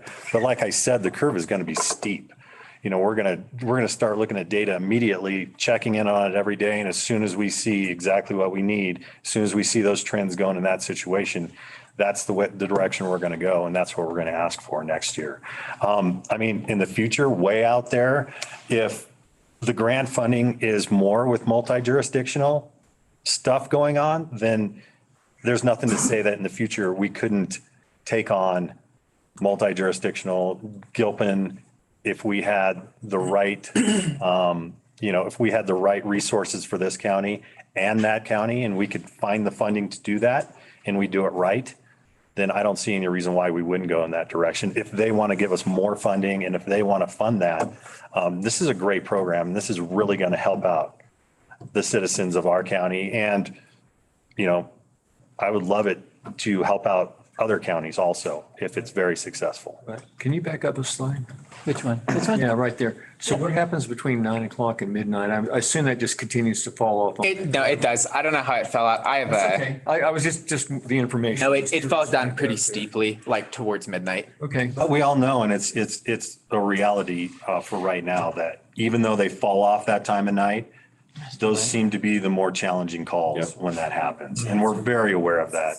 And the backup right now is the backup that we've had, and that is to use JCMH as much as we can for that, even though we know it takes hours for them to get up here. But to fill in the gap right now until we have that data and the funding to make this something that we could be at all the time, we know it's going to be a weak spot. Yeah. But we're gonna get there quick. And that's touched on real quick right here. If a call for crisis occurs outside of current operational hours, we will rely on alternative resources. JCMH provides telehealth crisis consultations as well as a mobile crisis unit. Response times will be delayed for out-of-county resources, and that is ultimately not optimal for resource navigation and meeting the team that you'll probably be interacting with on a regular basis, right? But will be necessary as we grow and collect supporting data. In the process of really nailing this down to a T, working with JCMH, and those conversations will continue to happen, and we'll get that to be a very fluid process as we need it to be. And I think this slide really highlights something that's important to keep in mind, which is that this is not an alternative to robust crisis intervention training among law enforcement. You know, all five, I guess, four in the county. I think that is going to be really important for them to work well with your teams and be able to handle calls when you're not around. Right. Yeah, keep improving everybody's ability to handle those different kinds of calls. For sure. I would just add, one of the things that we really liked about some of the other jurisdictions that we looked at was the ability to hold a call if the client is open to it and wait to have a response from our chats team if the client's open to it. So it's something that happens a lot, especially within the Denver STAR program, the calls that come in when there isn't a co-responder available. If those people are willing to wait, they just wait until the co-responders get in the next day. So. And there's an algorithm for assuring that is safe and appropriate to do, based off of a complaint. The last thing here, just current partnerships that we've been working on. We have business associate agreements, which essentially are just HIPAA things that help us. Mount Evans Hospice, we have one in place, and we are in the process of getting them with Centura Health, JCMH, and Advocates for Recovery Colorado. All great organizations, all great resources. Clearly, we can't do all of these things ourselves, and we need assistance from anybody that can assist us. And what would happen when they first start out and get this going is that it's going to be all about community outreach. And I picture that if Megan goes around to these groups that you identified yesterday for the budgetary stuff, maybe it'd be a good idea for us to tag along and meet with those community leaders also, because one of the things that's going to make this work, one of the things that's essential for this to work is outreach into the community and find those tools that are out there for us to be able to make people healthier, better off. So everyone has something that we could use as a tool, whether it be the willingness for volunteer work, making someone more a part of the community, maybe housing during crisis times, the ability for, the tools out in this community are endless. And one of their main purposes right now is to go out and find what those tools are to help the community. So that's going to be a big thing of what they do to start off, and then slowly go into work, running these calls. So, but community outreach and finding the stakeholders in this community. And I think this is a good idea. I think it's not only happening in our community. It's such a good idea. It's kind of happening everywhere right now. This is the time. And I think people are going to be very open to help out our community and make people healthier here. So that is my belief, and success, I'm getting ahead of myself, but success rates, to me, starting this out, if we help and change one person, the how that moves around in the community, that's helping 10 other people out. I mean, this is the kind of stuff that really changes the world, in my opinion. And I think it's the right time to do something like this in our community. So a little spiel at the end. I just had a quick question. So again, I live in Georgetown, have a lot of retired neighbors. They ask me for service all the time. Where can I go? Should I connect them to you? I don't want to overload you. Not ready today. Not yet. Okay. Soon. All right. But soon. I have a lot of people's names already written down that I need to reach out to as soon as we have the time. But you're the guy once it starts. Once it starts with myself and a caseworker, yeah. Okay. Thank you. Yeah. They call me all the time. I know, we're working on it, I promise. Yeah, and just overall, I know just as far as partnerships go, like this has been we've been working on this for a very long time, right? And working on this with the sheriff and with the local municipality, police chiefs and Sarah, and a lot of people have been involved in kind of making this come together, and the county commissioners and the manager, and like really appreciate everybody's help over the last months, and really the support we've had for the community integrated healthcare over the last like year and a half, 2 years, right? It's been really, really cool. Next steps, I'm finalizing protocols for the chat team response and disposition. I have our initial response and our alternative not in service response protocols written with our medical director. Those are just the things that are going to help guide us as we move and be signed off by him. He's fully supportive of the things that we're doing, and we haven't run into any problems. We just have to sit down and get them all written out nice. MOU between all jurisdictions. This mainly falls in place with the piece of Clear Creek County that gets responded to by Evergreen Fire and Rescue. We'll definitely want to be able to offer this service there, but ultimately not take away navigational resources or take away from the community paramedic team or the community care service team that they have, because they do wonderful things for their community. So just, there's a little bit of a blurred line, but we're going to just write it all down and figure that out. Nobody has any problems with us coming in doing what we're going to do though. Yeah. And Dave, we just need to finalize the protocols. We're not going to take any medical calls away from them, or if there is medical needed on the scene when we're in that jurisdiction, then of course it would be Evergreen, EMS and fire. But that's the kind of stuff that are for lawyers in the MOUs to just make sure that everyone's on the same page. And what an important thing about that, I didn't mean to interrupt you, George, is that we really want to have that chunk of the county, because it's our law enforcement that are doing law enforcement there in the high schools there. That jurisdiction does not have a co-response team yet. I think we can do a lot of good at that high school with this team to help out what they have already. So I would really like to be a part of doing this around that high school. I think there's a need for it. So.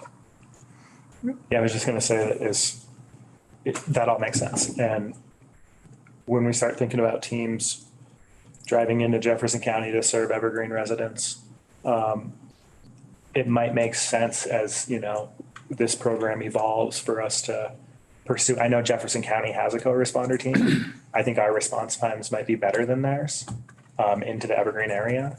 And it might make sense for us to pursue some kind of MOU where we respond to calls over there. Sure. Yeah. If the data falls out that we can accommodate it. Would love to expand this program to the whole state if we could. I'm very confident myself. Headquartered in Dumont. I was thinking. Yeah. No, that brings up a good, and Dave is up to, he would like to see the protocols. This is a great idea. He knows it is. We just have to get the MOU. We had a little trouble with their, overlapping with our community integrated healthcare and theirs. But I think this is a different circumstance, and some different things apply. I don't think they're worried about the things they were worried about before by mixing our two teams. So, and we have a good working relationship with Annie, who's their lead over there for that program. So I think the main object is if we have someone on the ground that can actually provide the service. Yes. We can argue about jurisdictions, and I know we have to keep straight on MOUs and all that stuff. As you said, that said, the people that can get there are the ones we should have doing the work there. The ones that can't get there are the ones we shouldn't until they can, if we've got a way to get it done. So, so I think this is an item after this, but one of the things we're looking for is the authorization of FTEs. We need a HCS and co-response director who would be myself also acting as a community paramedic and then a licensed clinical social worker. Would love to have these FTEs hired by June 1st so we could have a month of really good pre-planning before a soft launch day of July 1st. Start rolling out services as we feel comfortable as we can. We're going to make sure that it works and that it's sustainable, right? So we're gonna. And one of the other asks while we're on it is going to be for something that it's in our 10-year budget that we have the money for, but is going to be a remodel of the mezzanine of the Dumont station there and some updates of the fixtures in the bathrooms that do not work right now to house this team. As a side note, we're going to start trying to consolidate some services from the county into that building and make that a working building again. That makes a lot of sense because that wouldn't be any kind of a general fund cost. And there's some money saving situations we can get into there by doing so. So that'll be another ask that's coming is for the remodel of that mezzanine part of the station, just to let you know. That's the end of my presentation. Mr. Chair, if I can add one comment. We got an aggressive timeline here, July 1. So I think what we really need to hear today is, do you support in concept what staff is presenting? Your next item on the agenda would be the request for those 2 FTEs. I think in order to give our county attorney time to get an MOU drafted, to get with all the other municipalities, that's gonna take some time. It's gonna take action on their part as well. So I think that's what we really need to hear today is, do you support in concept what staff is presenting? And I think in the end, can we move forward with all the rest of the items that need to fall in place in order to get this team out there and providing service by that date or some soon after? And I recognize that's the next item on the agenda, that we have that second memo in here that addresses that. And then also George had something to say, and I think I just hadn't heard anything from law enforcement sitting in the room. So just if they had any comment or anything would be good too. George? To answer your question, yes, definitely. I support that. And that. Yeah, I do as well. As far as next steps, I know this was addressed in the, and not in the presentation, and that's okay. I don't mean to say that with a negative tone. I would love to see us identify as a next step when we're going to build that community feedback team. Sure. And I don't know what we're going to call it. I know we want to be very clear about what we're asking it to do. But I would love for it to be in place in time to be able to be hearing about calls and how they're going and offer feedback from what they're hearing in the community. And just there's a lot of smart people in the community that care a lot about this. And I want the program to be transparent and inclusive of their voices. Sure. Now I think we can make that happen pretty quick. Agreed. Yeah. I noted on the makeup that you have all kinds of different types of people that you'd like to see on that. So. Yeah, I think there's just a lot of, anyone. I'd be happy to see anyone. Yeah. Right? Anyone that has an idea, I think, again, we're looking for input. I wouldn't necessarily call it a steering committee or a decision-making body of any kind, but would love to hear what people have to say. Mm-hmm. And future tools also, there's going to be community members that are part of that committee or whatever that we end up calling it, that'll be a tool, whether it's volunteering time with people that are having addiction issues the sky's the limit, and we want to have them a part of that and help out with making this team, successful. Mm-hmm. Would be the idea behind it. Right. Well, like George said, figuring out what we or you want that committee, what's the greatest service it can provide to make the service work and improve and get better and evolve is important. And so getting that down is important. You just made me think about we have a community connectors program. It's a volunteer organization that just tries to disseminate information among our community about our services. I know they love to have presenters come, and it might be something I'd be happy to provide the connection if you guys wanted to come and love it. Present on your concept. And, Yeah. I don't think hear feedback, but answer questions and then they'll probably have questions about what can we share now. They do a lot of cool stuff. They give information they track the data about who's buying homes and show up on their doorstep. Hey, it's instead of an apple pie, it's a packet of information about services. Maybe there should be an apple pie in there too. Yeah. That would be great. I think the first year of them doing this is going to be so fluid, and they're just going to be taking this information and, disseminating it and using it to form something that's custom to Clear Creek County. We have the good foundation. We know it has worked in other jurisdictions. Clear Creek is a unique place, and it's time to just dial it in for Clear Creek. And I think we're very excited about it. I think it's something, and 20 years of, running calls in the ambulance, there's always been a certain population of calls I ran on where you just feel pretty helpless. A lot of time you can do a lot of good, but a lot of time you're there and you're like, there's really nothing I could do to change the trajectory of this person's life in this county. And I think this touches it. And it's the closest thing that I've seen, or the best idea I've seen to make a difference in that population of calls that we run on. So it's very exciting to me because it's been frustrating. I think I will anyway. You should never, as one commissioner, speak for other commissioners anything they haven't spoken. But I think that all three of us are, how do I want to say, vested in this concept and have been for years, and have wanted to see these things happen. And I think your primary mission is about like helping people. You know what I'm saying? That's why you're there.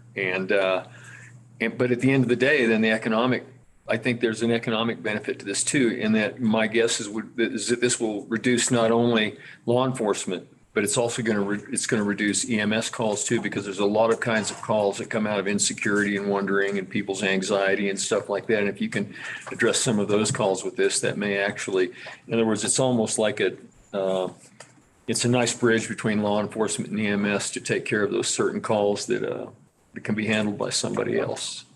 And to add on to that too, I wasn't picking on law enforcement when we said we're going to come after money. We're going to take the data too. And the times that EMS won't be activated because of this team, then we'll definitely be responsible if it makes our workload less also. I mean, that's the concept, is that, hopefully a little bit of prevention and, some interaction will make it so we don't have to do so much enforcement. And I think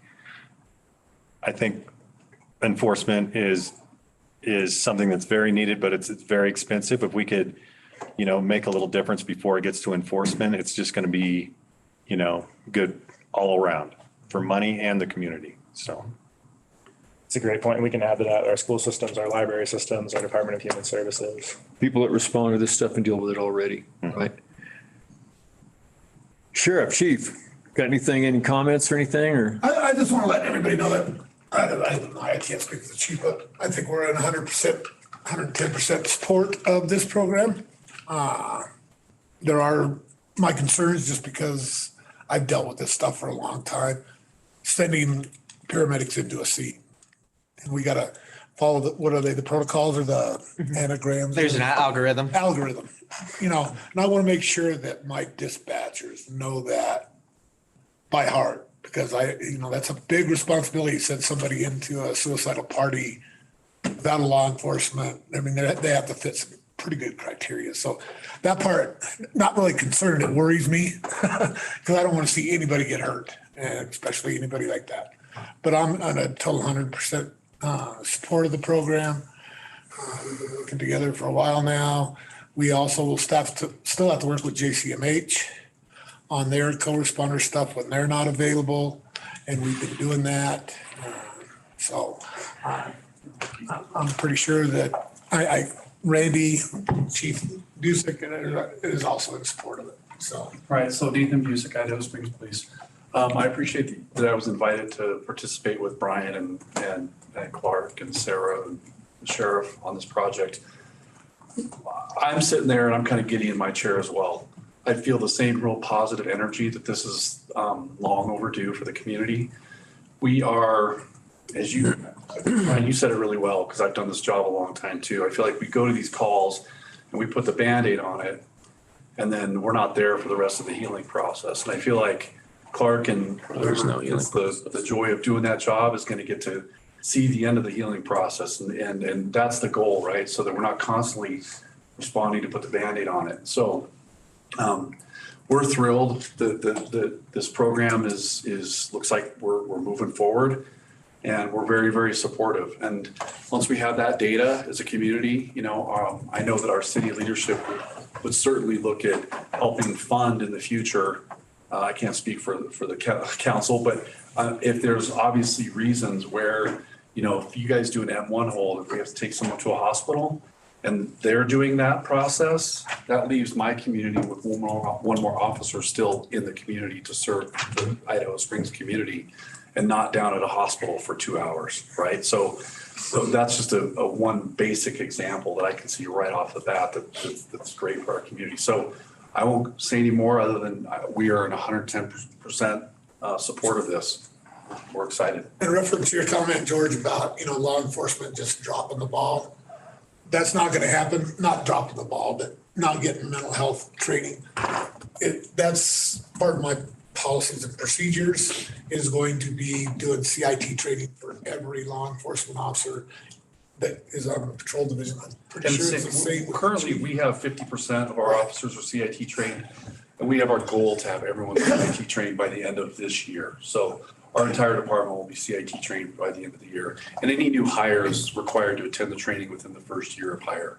So it's an incredible We're development. trying to get CIT trainers here, but it's like a 2-year process because they gotta do a bunch of stuff before they can do that. And then we still have to pay for the victims or the actors to come in, which I don't have a problem with my training about. But we are making steps like that. Ultimately, I'd like to get my dispatchers and jail through it too, but that's gonna take a lot of time. And the sheriff's office has committed to 100% patrol CIT training within approximately no longer than 24 to 36 months to make sure there's 100%.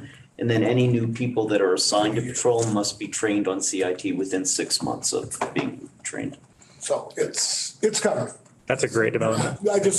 You made that comment. I want to make sure you're clear. Yeah. That, we're not washing our hands of this. We'll be 100%, and it'll help our officers too of those cases where they're not dispatched and this guy's it's like, well, maybe we could call the CHATs. Is that what it's called? Chat group, and, or funnel them that way. So it's going to be this. It's not going to be this.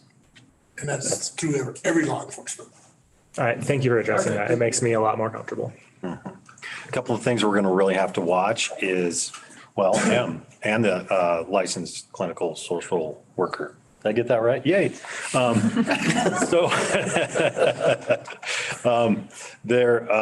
This is a hard job on people from what I've talked with, from people in different agencies. This is tough because they deal with a lot of success stories, but at the same time, they're dealing with a lot of cases that probably won't have a good outcome. I mean, I would love to say that everything turns out well, but they're right in the middle of it. And what I've seen in some of these teams, that it's very hard on the responders. So we have to really keep an eye on that. And then we have to keep an eye on this grant funding too, because there's a huge pile of money right now. But like I said, this is such a great idea. And as a culture in this state, and I think everywhere in the country, a lot of people are trying to do this same thing. So I could foresee maybe some of this funding drying up, and we're going to keep a really good eye on that. Hopefully we'll be able to go out and find other funding sources that are custom to us here in Clear Creek County, and we could keep this thing and expand it also. But those are the two things that I worry about, and we'll keep an eye on.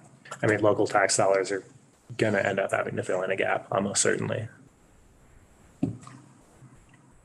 So thanks for helping us be wide-eyed about that. Wide-eyed. So I think you got the thumbs up that you wanted a little bit ago.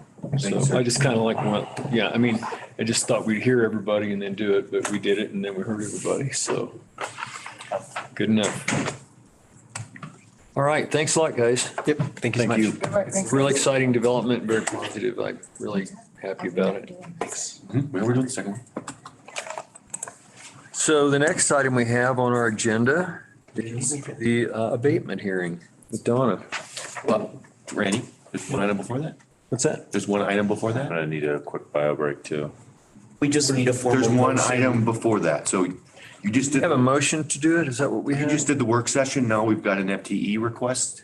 Yeah, At least well, you asked about the FTE request, and that's what I was referring to when I said you got your thumbs up. Do you need a motion? No, that, we need a motion for this. Yeah, so real quick, so that number on the agenda should read 2, not 3. That's my error. Okay.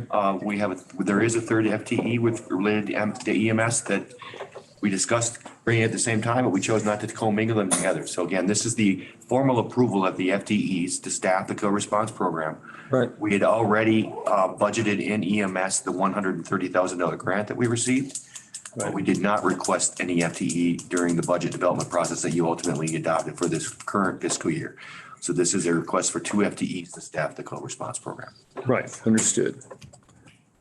And that's, I think, what we were saying, we approved a little bit ago, but. I'm sorry, Let's have a motion. I didn't understand that. I'm sorry. I thought it was. That's and that was the reason I was asking the question, do we need to? So, okay.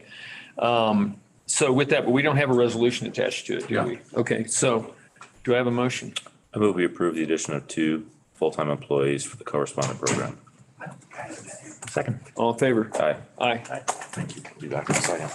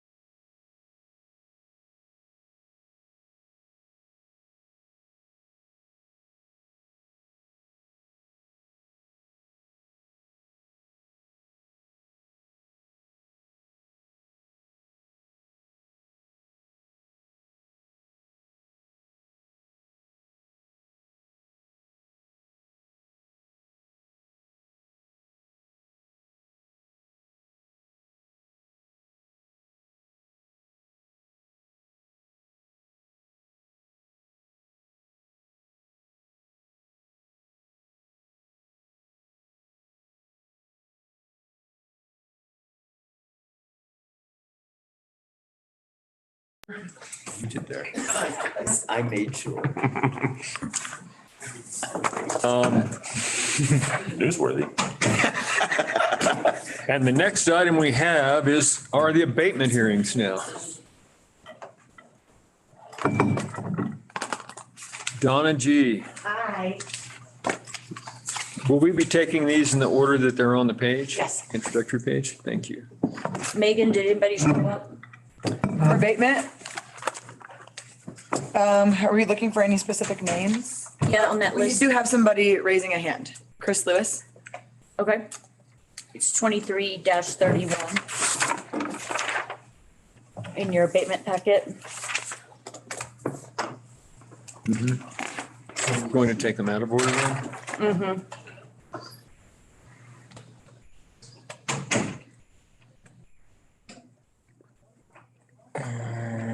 No.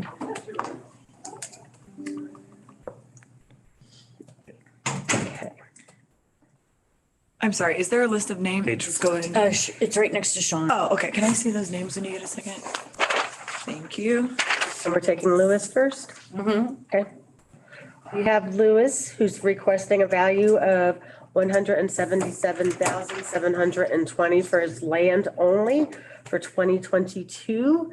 That was the value of his land for 2022. So the recommendation was for denial.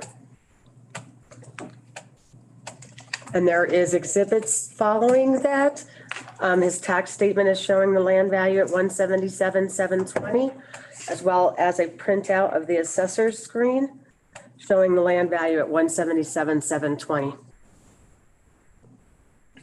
2022.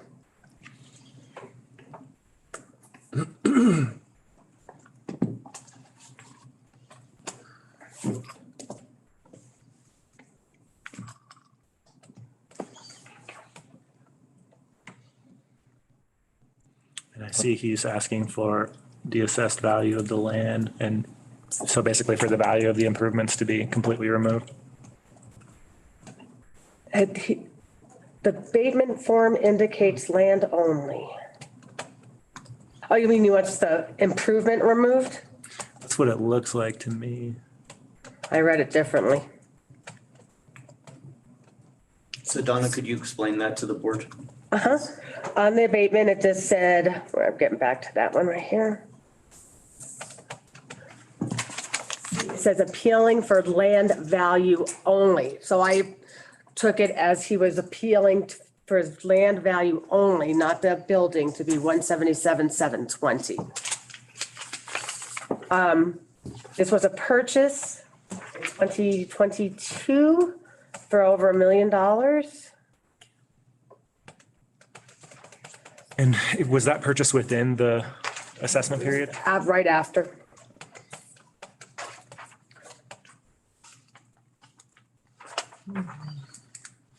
And so in that case, you used comps. Yeah, I can relook at this, then I read it completely different.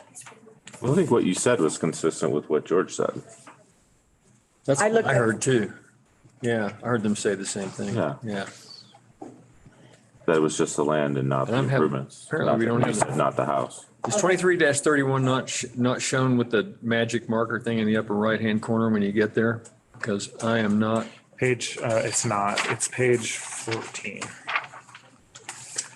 Mr. Chair, I can bring you the hard copy. Yeah, hard copy if you want it. Yeah, thanks. Because I jumped straight from 30 to 32. And it's having a hard time loading, I noticed. Donna, could you explain just the criteria to the board again, what you base your estimations on? When we look at abatements, we do for a 2-year period. For the 2022 value, that was based on sale, 2021 and 22 values are in the same base year. And that was based on sales occurring the July 1st, 2018 to June 30th, 2022. So it's a 2-year period. We look at sales. Do you mean July 1st, 2020 to June 30th, 2022? Yes. Okay. Oh, okay, and so this building was purchased in January 2022. Correct. So it was immediately after that period. During that period. Donna, just to clarify, so first of all, you said 2018 and you meant 2020. Correct. And then it's the period of 2020 to 2022. Yep, let me write it Base- out. Sorry. Oh, through December 31, 2021. That is my understanding. It's the state fiscal. State fiscal, so it's July, so that it would be June 30th? Yes, okay. Ending 2020. And he purchased in January of 22? 22. So he purchased during that assessment period, right? If we're looking at the 2022 sales, that was based on January 1st, 2018 to June 30th, 2020. We are currently looking at sales for 23 and 24 based on sales from 7/1/2020 to June 30th, 2022. It's a commercial assessment, right? It's a commercial assessment. Which is why the number's what it is.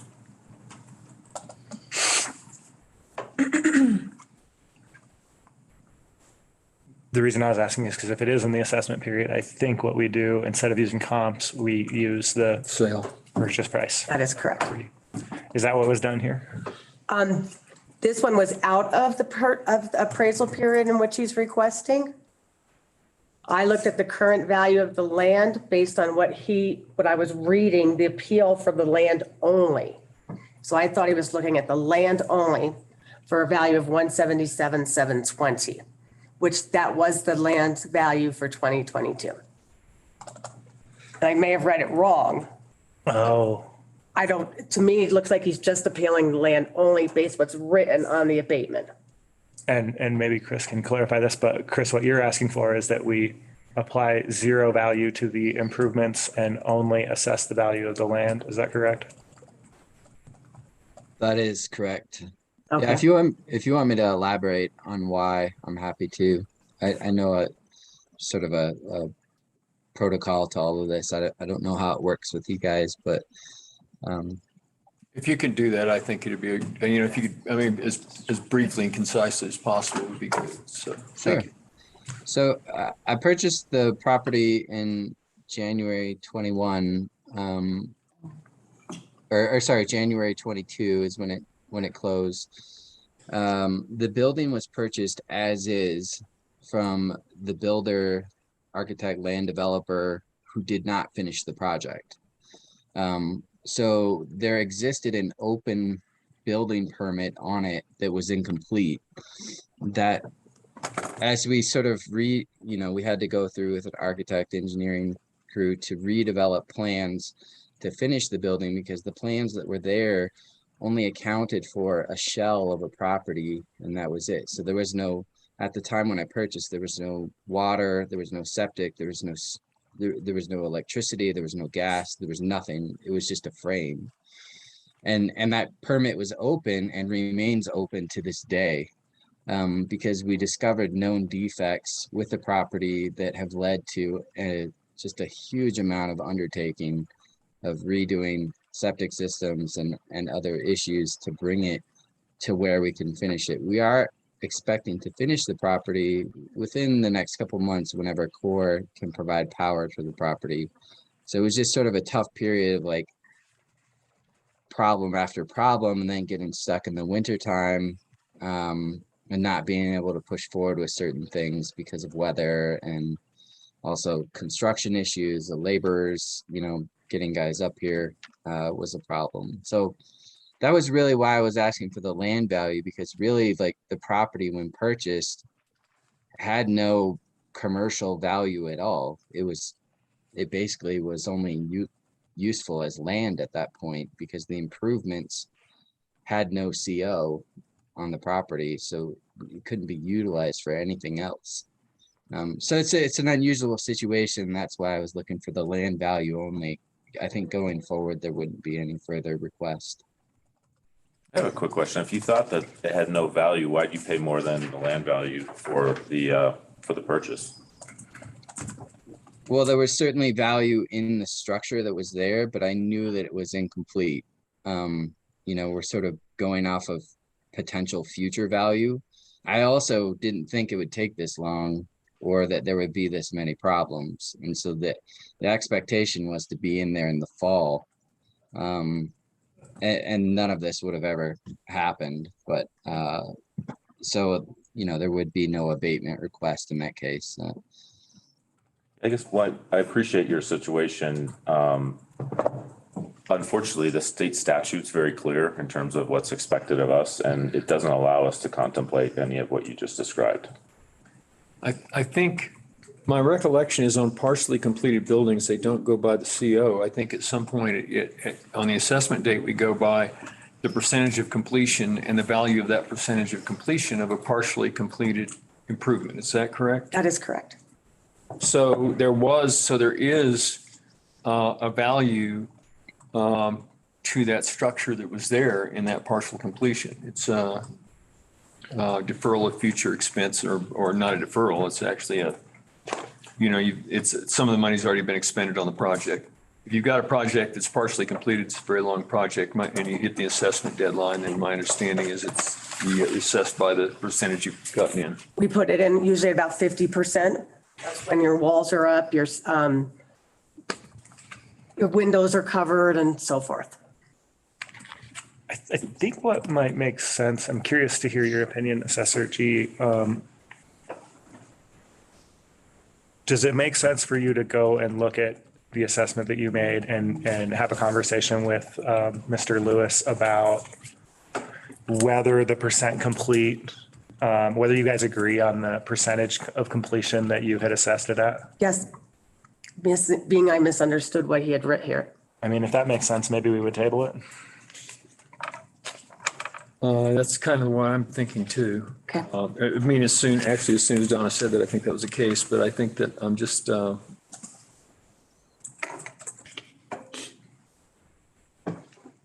So if you could just do a motion to table that item, that would be great. yeah, I think establishing what the value of that existing building is at the point of assessment would be important. Yes. Okay. So I'm going to move we table. And does that sound reasonable to you? Table it or continue it? What do we? Continue is fine. Yeah. Okay. May 2nd. May 2nd? Good. We will reset that hearing for May 2nd. Yeah. Okay. Right. Okay. Thank you for the clarification. So we have a motion to continue until May 2nd, correct? Yes. All right. No, that's not what was said. That's what I'm just trying to amend it to say that, actually. Okay. Thank you. All in favor? Aye. I meant like right in that second because I hadn't really. Oh, you mean as I was talking? As I was talking. I figured that out. I'm thinking slow today. Thanks. Thank you for your time and see you next time. Yeah, thank you. So the next item we'll go to is 23-29. Is that correct? Yes, that's the first one on our. Right. And for this one, they are requesting a value of $910 for 20 and 22, or excuse me, 20 and 21. Now this does split between assessment periods because 21 and 22 are set value for July 1st, 2018 to June 30th, 2020. Our estimated value for 21 was $38,640. And then for the 2020 value would have been based on sales from 7/1/16 to 6/30/18. And our comps support our current value for both the 20 and the 21 years. On page 6 is your 2020 values. You can see we had the 23,640 for 2020. We have two comparables with no adjustments at 25,000 and 27,000. And then for the 2021, we have a value of 38,640 and our closest comp being at 33,20. And then another one at 44,866. right in the middle of the two comps, so we're recommending denial on 2021.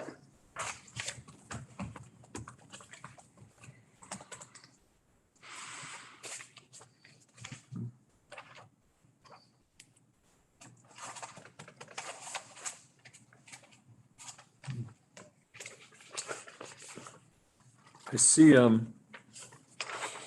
couple of comps at 25, 27, 28, and then 33, and then one at 44, correct? The first page, page 6, is for 2020, Okay, and the second page is 2021, okay.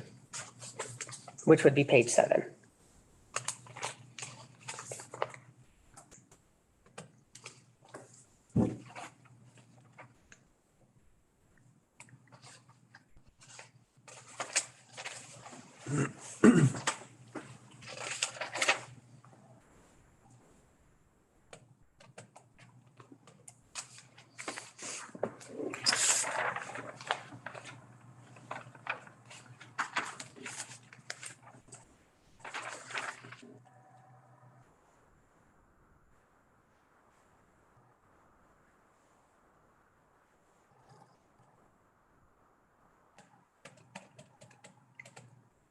And this is vacant land.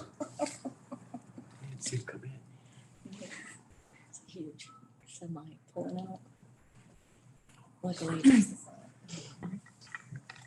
I don't have any questions. George? And for me, Okay. Is there anybody here from the public? Just to confirm. Yeah, is there anyone here that's, So remember when you couldn't see the attendees on your Zoom? I'm experiencing that right now for some reason. I don't know, and I tried rejoining and stuff, but You can't see any participants at all? yeah, sometimes Zoom will glitch and you can't see the participants. Like, look, See if I can. see how it's just blank? And I can see there's 8 attendees, but it's just blank. And it does that sometimes. And I literally was able to see him 5 minutes ago, so. Let's see if I can chime in and Okay, I'm sorry about that. access. Just to confirm. they probably do need to have an opportunity to. if they're here, we want to make sure they have an opportunity Definitely. to comment. Yeah. Yeah, it's kind of what I'm waiting to see what flushes out here. If I could just inquire of the assessor, what time deadlines we have on these in the event we are not able. We have a to bus, confirm? we have a glitch going on. Yeah. I can see the participants and the attendees on here and it's all staff. Okay. Okay. I see Peter now, but that's the only person I see. So that doesn't help. Staff. Hiding. Yeah. Would you, cross me over? So if we don't have someone here, if we know for sure that we don't have anyone here, Then we can begin. Is great. okay. So back to it. George? Do you have any comments? Sean said he did not, or any questions? Nope, I do not.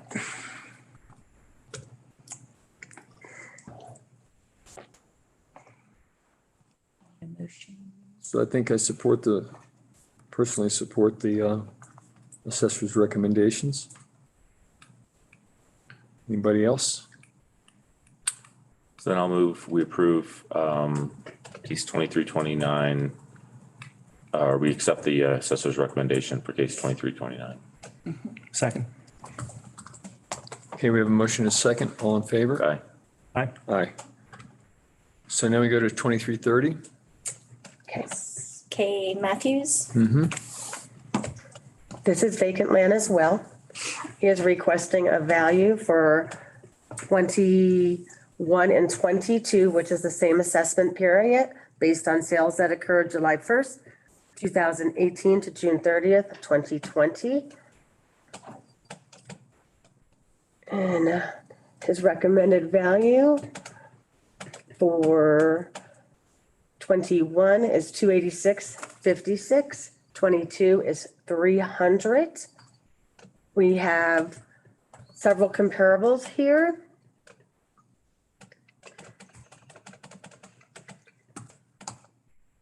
His value is currently at 79,970. And we have comparables for 67,140 with adjustments of 22,860 to bring his value Then we have the second one is 102,690. And then the next one is 79,960, and that has the smallest adjustments, which is bringing him right in line with the sales comparison. So this one I am or the assessors recommend tonight.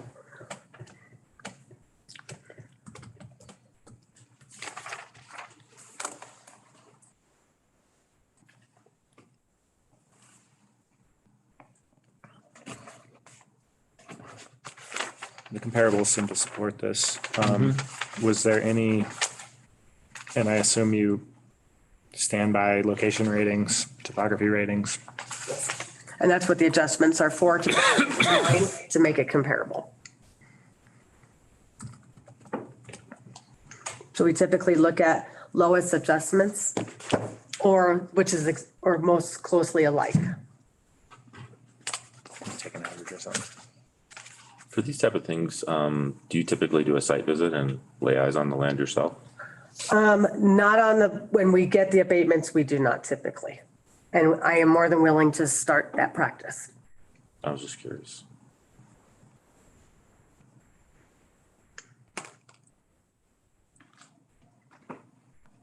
Okay. Comments, questions? None? Good. Okay, do I have a motion of some kind? I move we accept the assessor's recommendation of denial of case 23-30. Second. Motion is second, all in favor? Aye. Aye. I have a somewhat related question. It doesn't change how I think about this one, but is it even possible to buy a piece of land in this county for $250? No. Yeah, all right. I didn't think so. Now, we do have some that doesn't have access, that's not buildable, which is assessed differently. It's at a set rate of $200 per acre. I see. With that land essentially has useless. no utility. Yeah. And people may pay more for it, but you just can't do anything with it anyway, except Because of the statute. yeah, make a gold strike on it. Yep.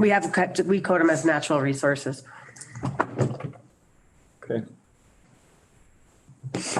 I don't have any property for sale at that price.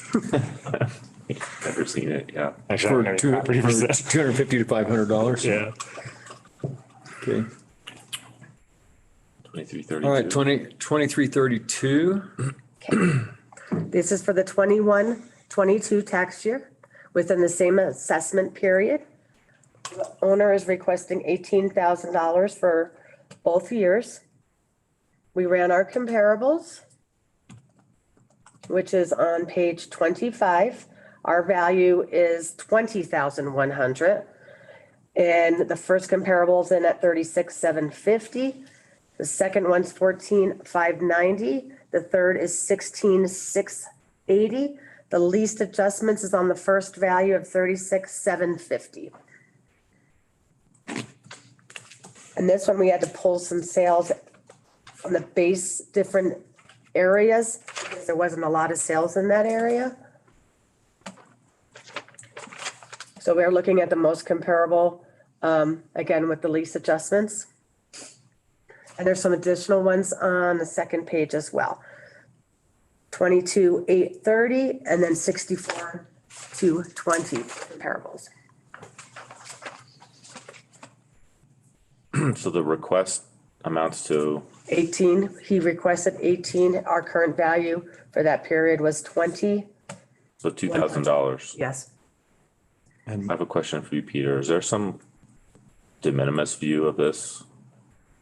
Or can somebody request a change of $1 and it would be a legitimate request? Technically, they can request anything they want under the statute. That's not, doesn't state that there has to be a minimum or a maximum.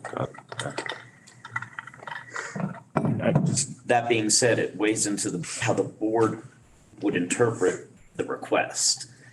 Would the board deny automatically a $1 change, for example? Possible. I do want to comment on the note from the applicant. They're referencing a parcel that. Right. That they claim has the same attributes. Fortunately for us, that parcel is one of the ones that was included in the comps. Let me double check on that. And I see you have that parcel, the parcel that they're suggesting is identical. You have a poor location rating. And the parcel that was assessed, you have a fair location rating. I think that explains the difference. Yeah, so we adjusted that. Oh, I see. I see. Yep.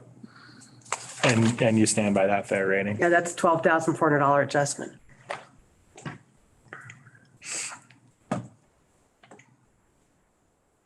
So just right about the amount of the difference here. So it's fine. Okay, just wanted to, Yeah, provide that I was just looking at that same note. We just went back to it when you said it. I had to try to understand that. So it's just another, and I was thinking, yeah, it's just another sale of something. So, okay. Do I have a motion? Move we accept the assessor's recommendation for denial of abatement case 23-32. Second. All in favor? Aye. Aye. Did I hear you? Aye. Oh, okay. Sorry, I forgot. Thanks for tracking me. 2333 for Jason Cannon. Correct. Yes. For this one, we have two pieces of land. We have the vacant land and then an improvement. He's requesting adjustments for the 20 and 21 years, again, crossing assessment periods, 2020 sales being looked at for July 1st, 2016 to June 30th, 2018. And then a 21 being looked sales July 1st, 2018 to June 30th, 2020.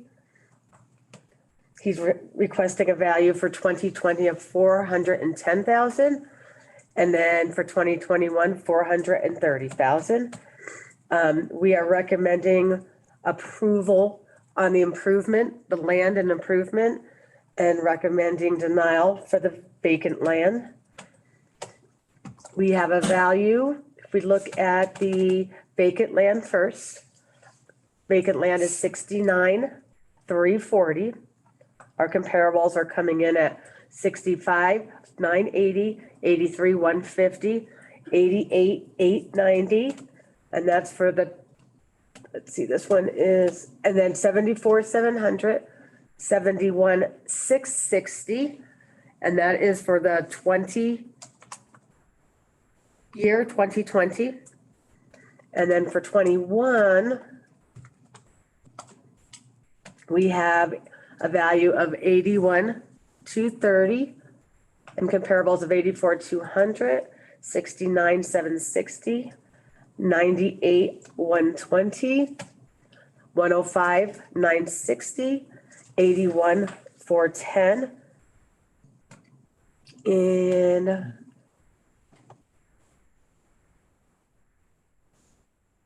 let's see, we also look at size sometimes of the land. And we've got one, let's see, which one was it? Let's go back to 2020. So we can break them out by year. And if you prefer me to separate these by years in the future, I can do that if it's easier for you guys to look at. The closest adjustment is the 88,890 for 2020, which is on page 31, third column. And then for the 2021 year,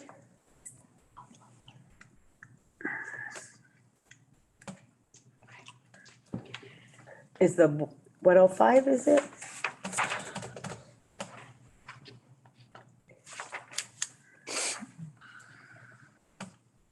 $105,960, that's $25,000 adjustment.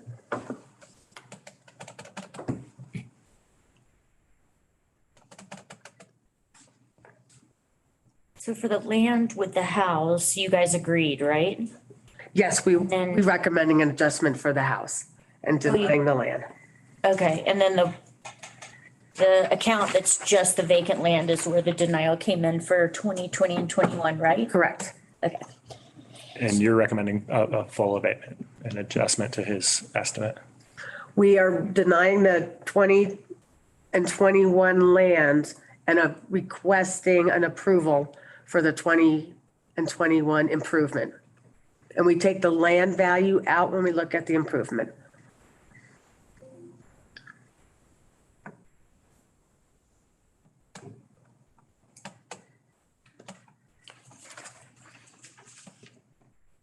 I can accept that. What's that? I can accept that. Seems reasonable. Yeah. John? Yeah. Okay. Separate motions? Yes, please. I move we accept the assessor's abatement for denial of case 23-33A, which was the abatement for, wait a second. A is No, the A is house. approval, sorry. Just gonna start over. I move we accept the assessor's recommendation to approve the tax abatement for case 23-33A, which is the land that includes improvements. Second. Motion is second. All in favor? Aye. Aye. Aye. And I move we accept the assessor's recommendation of denial of case 23-33B, which is the vacant land. Second. Motion is second. All in favor? Aye. Aye. All right. Okay. Did you guys want me to do anything different while I'm here, if that's okay if I ask? And how I present them to you. This is my, Just the one case that didn't have the mark on the top. It said 2235 okay. at the top, just in pencil, and it was actually 2231. And the others are all marked the same except for that one, That and might that be just made it me. easier to find. That might be me. Which one? 2330, 2332, 2331. Is it the one you have in front of you? It is the one that I gave. Oh. Yeah, and it has the same thing. It looks like this, which says Oh, it 2235. doesn't have my marker on it. It doesn't have the marker on Yep, it. that's my fault. Okay. And Right. I'm gonna I steal do all these. suggest that in cases where there's going to be an approval, but then there's also going to, or recommended. That we have separate versus rejection, items. That they be separate items. Yeah. Just to Okay. allow for the clarity of the motion. I think that's true also. Got it. Otherwise, Actually, I think it went well. I think you did a good job. It's obviously taking this seriously. every summer, yeah, you have a summary page at the front. It's very clear. And then the others follow in the same order as a stack on the summary page. So we can just roll through chronologically all the way down, or in order all the way down chronologically. So Okay. Thank you.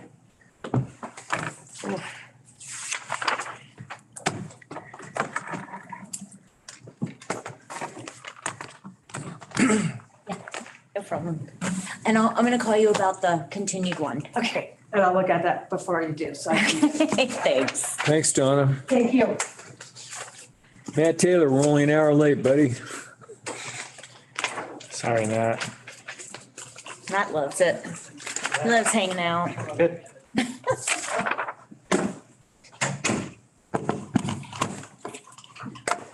Good morning. Good morning. We're here to talk about county commissioner districts. And I'll probably just start with a refresher from some of the previous meetings. And I'm going to go ahead and share my screen if that's okay. Sure.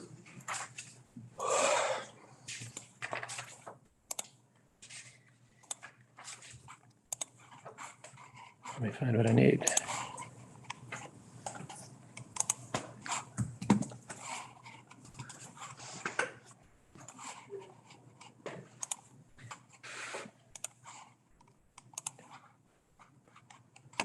Wow, we were 3 for 3 today with sharing So screen. looks like there's two different maps, right? That's correct. Yeah, so I'll just jump in with a little refresher here. So after each federal census, each county must review their commissioner districts and ensure that they are as equal in population as possible. This effort what's new in this go around is the language changed. It used to be as equal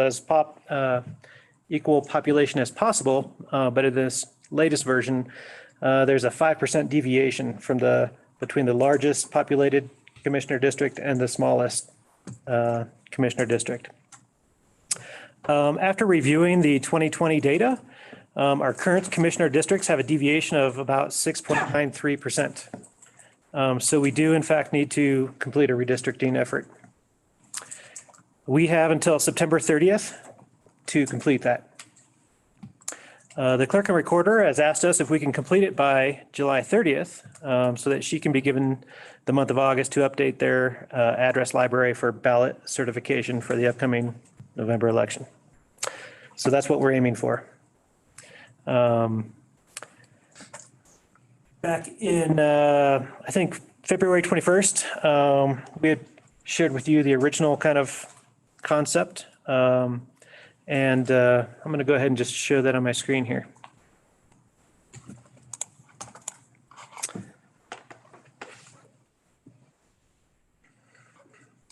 It's a little slow, and I think we're downloading the same things. I might just stop and reshare. Let's see if that helps.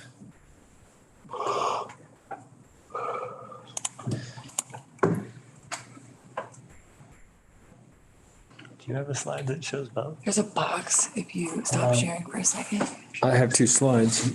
And then go and share it again. That slide. And then try and check that, because that's what I did last time. And now try. Okay.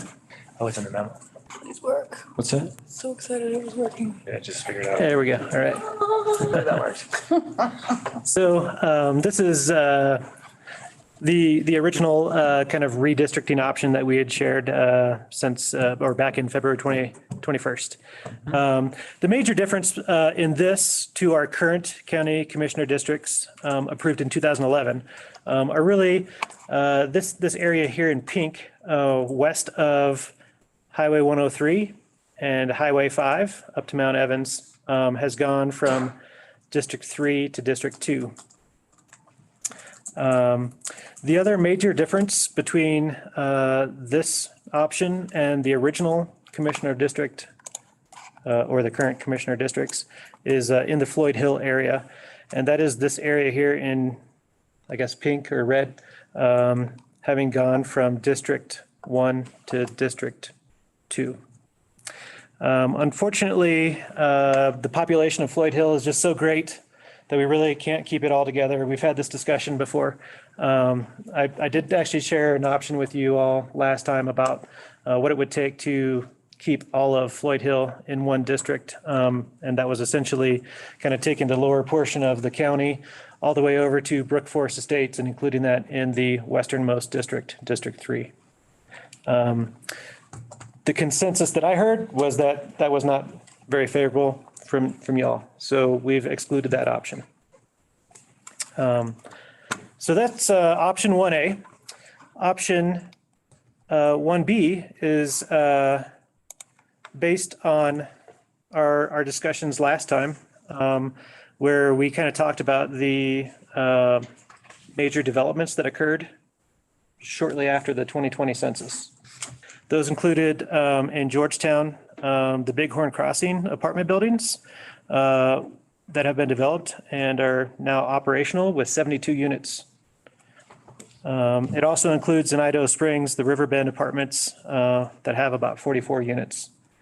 So this option kind of tries to take into consideration those larger population growths in those areas and move them from those districts into District 2. So the big difference here, or some of the big differences here, we adjusted a good portion of the Fall River Basin from District 3 to District 1. So all this area here, or most of this area here was previously in the green or District 3. It's now in District 1 in this option. Is that York Gulch and Hamlin Gulch? Yep, this is York Gulch area here, Hamlin Gulch. This is all of Fall River. The boundary line in this proposal follows the ridge line. So it's a very nice, clean, concise boundary. And then it comes up to basically Cumberland Gulch Road, and then just kind of goes up. We couldn't continue going and grabbing St. Mary's. It's just too much of a population to stay within that 5% threshold. The other difference in this option is the area kind of west of Turkey Creek. Also goes from District 3 to District 1. That's this area here. It's a little confusing in Miners Candle, but otherwise. Yeah. And then finally, what this does is kind of keeps this area of Floyd Hill. It completes this area of Floyd Hill. The Highland Hill subdivision is not separated into two districts. It keeps the Highland Hill subdivision in one district. And it doesn't look as gerrymandered or whatever. So those are the major differences between the two options. We have put these maps and all this background information on the county website underneath the county commissioners page. We're asking for public input, public comment. As of this morning, we have not received any public comment via email, but we want to provide an opportunity here today. If there's anybody online or in the room to share any public comment that they may have. One thing that you didn't show that I'm sure is in the packet somewhere is, let's just say option 2 to start with. Where do the numbers fall at? And by the way, I don't view this as a highly consequential decision. So I'm probably going to be pretty flexible in how I look at this. But where are the numbers in terms of District 1 versus 2 versus 3? They're written on the map. Yeah, Sure. okay. So they're in a couple places here on the map. They're really large on each one. So in this option 1B, I'll start with District 1. It would have 2,982 people as of the 2020 census. District 2 would have 3,426 people. Did I say District 2? And District 3 would have 2,988. It's also up here in the legend Okay, as that's all well. I needed. So my observation would be, I think you have probably knowingly done a little bit of future proofing to this decision to perhaps make it unnecessary to revisit for maybe even a couple of censuses, because my belief is that District 2 will experience the least growth going forward. We don't have any municipal districts. The little lots that remain are complex and expensive to build on. So I think that that's a reasonable approach. I kind of tend to agree with that because I think that District 2 was predicted to have a whole ton of growth a long time ago. And it did have a bunch of growth, except I just noticed when people started saying, well, there's more people over there now. And, and it was like it kind of topped out somewhere. And then if you counted Floyd Hill and everything, it topped out at around 40%. And then it just sort of like has stayed there over another decade or two in terms of it hasn't grown faster than the rest of the county or much at all. So that's probably true. The other thing I don't understand is why you gave Mount Evans to Sean. I don't get that because there's nobody that lives out there. Why'd you have to change that? Yeah. Actually, can it be in District 1? Just draw, or you could draw you could draw a little like Isthmus of Panama thing that goes over Grays and Torreys and give that to George. That's what. We want a flagpole annexation. Yeah. Yeah, I don't know. I mean, my only comment, I know this is the first of 3 hearings. I look forward to hearing public feedback. I think these are 2 well thought out options. And it does make some sense to, as Sean said, kind of future-proof this. I mean, it might be, if Bighorn Crossing completes and 4 points, in Bighorn Crossing is in District 2, 4 points in District 1, if both of those projects are completed, these numbers will be even or close to even. within a couple of years. So I think 1B might make more sense, but at this point, I'm really interested in hearing the public feedback and Yeah. I think we would make a decision then on May 16th. Is that? No, so actually, May 16th would be the final public comment. And then as I understand it, correct me if I'm wrong, Peter, but we have to wait 30 days after that last public hearing for y'all to make a ruling or a resolution approving one. So hopefully we would get an idea, May 16th of where, where your opinion lies or what the direction is, because we'll have to write up a legal description for these. And then we'll come back, I think, sometime in June, and hopefully have a resolution in front of you to. So District 2 on 1A,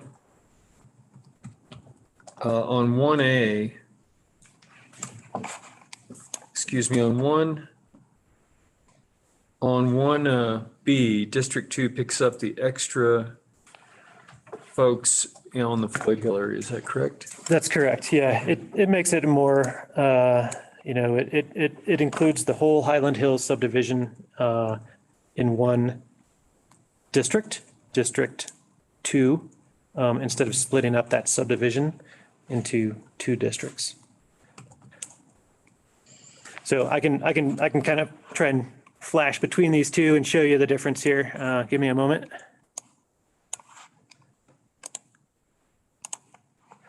So this was kind of the original option, which again, it follows the census block groups, which in this case are, for the most part, the roads, and then a creek bed here. So again, this is 1A option. In 1B option, you can see it kind of completes that picture and includes that entire Highland Hills subdivision in one district. So 1B is a little bit less confusing for two neighborhoods. Correct. But you could still have two commissioners from Floyd Hill. Yeah. Correct. And that's at this point unavoidable. Yeah, that's true in both. I mean, I think it was true before technically, but yeah. It's like a dozen people in Brook Forest that were in Sean's district. So these maps do have the previous or the current 2011 adopted commissioner districts, and that's what these boundaries are here. So they kind of show the difference from what's in place now to what's being proposed. Well, I can go with either one of these, I think, but I agree with waiting to get public input. And the only change I would make to either of them is to move Mount Blue Sky back into District 3. But, that's just an emotional thing, so. Mr. Chair. Yeah. You have an emerge meeting on May 10th. I don't know if this is an appropriate topic for that agenda, but. I have a historic question for Beth. Have you even ever had one county commissioner from Floyd Hill? Not that I can think of. Yeah, Harry Dale. And George Dickinson, I think. Mm-hmm. Yeah. Okay. I can think of two of them within fairly recent memory. Where is O'Malley? He's not Floyd Hill though. He's Witter Gulch. It's my neighborhood. Just left a legacy on Floyd Hill. So just for clarity purposes, so we have the next public hearing and it will be on the agenda as a formal public hearing on May 16th. And Matt, am I correct that publication has already been? Yes, we've publicized this in the current and on the website. Emerge again? I'm sorry. Sorry. Okay, and then, so we will have the public hearing, a formal public hearing with public comment on the 16th. And then 30 days later is when the board would then adopt the official resolution. Okay. When did you say the emerge? May 10th. May 10th. Okay. In any case, it's ahead of that. It doesn't really, it doesn't affect that area much because it's in the same district no matter what. It's really, if anybody on Floyd Hill cares which district they're in, that's the only thing. It kind of affects them and the folks up in York Gulch and Long Fall River there for ways. In addition to what you said, Peter, there's one additional meeting back here in this room, same as today, just kind of give a background and give another opportunity for any public comment on May 2nd. Correct. And just to be clear today, there is this opportunity for public comment. We have nobody on the attendee list and there's nobody in the room, just for the record purposes, but we will allow the same for next time. Okay. As a public hearing, we'll be taking public comment on that section, right? Correct. Okay. Is this fun? I'm sorry? Is this fun? Yeah, it is quite fun. Yeah. I'll be honest, I'm not looking forward to writing the legal descriptions. Fortunately, they share boundaries, so that makes it easier, to just copy and paste once you've written, that shared boundary legal description. And we do have the legal descriptions from the previous, the current 2011. And so some of those boundaries, at least partially remain the same. So, I asked that from a place of a little bit of jealousy because it looks really fun. Well, we had to go back and reread it, right? Because is it the center line of Fall River Road or is it the center line of Fall River? yeah, so yes, yeah, and I think it does a little bit of both. And so in this case, option 1B kind of eliminates that and just uses the ridge line between Fall River and North Spring Gulch. Yeah. So. Anything else? Thank you. Good job.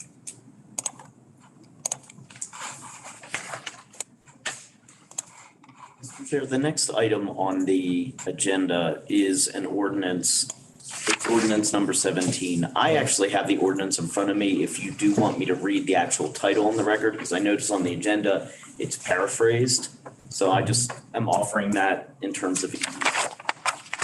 Sure. Why don't you do that? Okay, so that item is ordinance number 17, an ordinance providing for a permit system for open burning of slash piles in unincorporated Clear Creek County by the Board of County Commissioners, County of Clear Creek, Colorado. And then, hold on, where did I have that? For purposes of the record, a copy of the entire text of the ordinance has been provided in writing to the commissioners, and that's in the backup. And then, if it's okay with the chair, I'd just like to offer just an explanation of what this ordinance is. Mm-hmm. Okay, so in the agenda memo, we basically have talked about this law that went into effect in Colorado and then was subsequently actually amended more recently in the last legislative session that requires a change in the penalties for a lot of our ordinances. So we've been bringing ordinances to you that have the revisions on those penalties. They've taken away the criminal penalties only to allow civil penalties. So this is just like all those others. There's been no actual change to the original ordinance. The original ordinance was ordinance number 12. That gets rescinded by ordinance number 17. The only change to the contents is having to do with the penalties. And we did run this by the Clear Creek Fire Authority as well. We sent it to Jeremy Jones and he did respond that he had no comments or concerns with the changes. It is not substantive in nature other than the penalty change. So there's no change to the actual ordinance itself. Are we required to do this by state law now? Yeah, so because of the state law change that eliminated criminal penalties on a lot of various type of regulation violations, we have to update our ordinances that are on the book since all of those provide, many of them, I should say. Not violation of state law is a statutory. Exactly. And so that's exactly what we're doing here is changing it just to the civil fines as allowed by ordinance. Now, because it's an ordinance, of course, there's 2 public readings. This is the first public reading. As long as the title's read, that's fine. We do need to open this up for public comment. And then I will be asking the board to order that the ordinance be published in the current for a certain date, and I'll fill that in after public comment if there is any. And then as well, board comments. You have a comment, George, or anything? I don't want to go too deep into this one because it's pretty simple policy. I did ask Peter if the fire departments were consulted, and the answer is yes.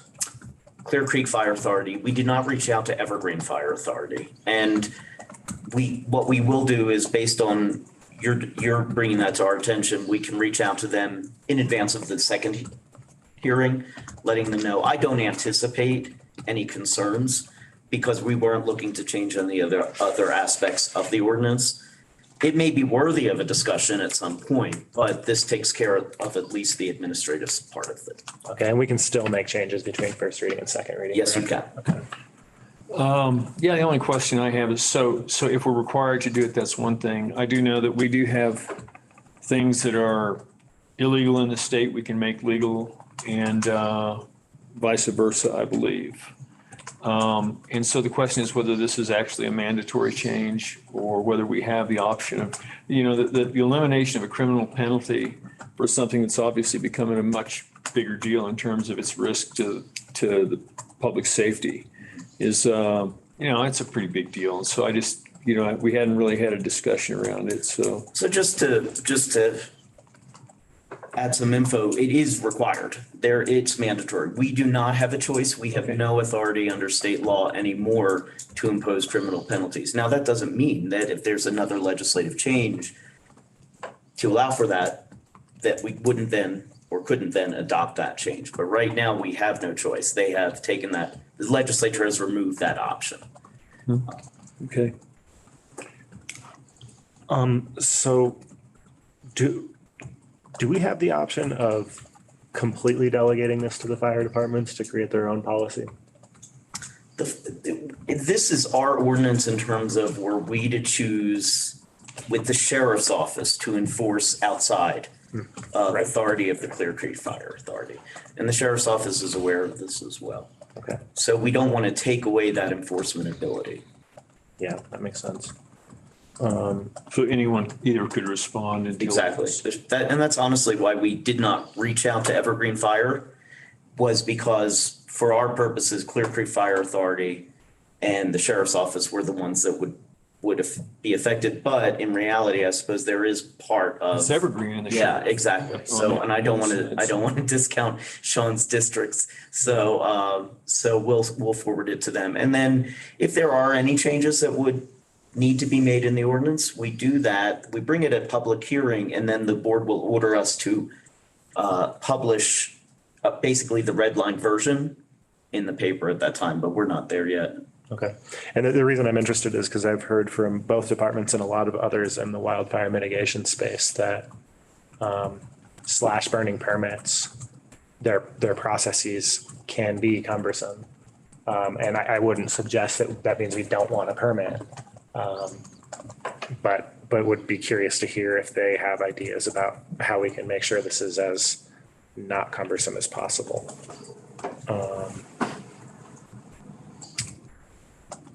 And so that's just my intent here.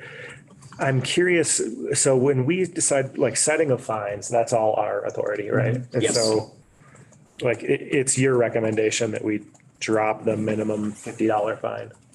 So that is correct, but the state law also has changed the allowable fines depending on the type of violation, and that's why there are those changes. Okay, so that's compliance with law. Okay.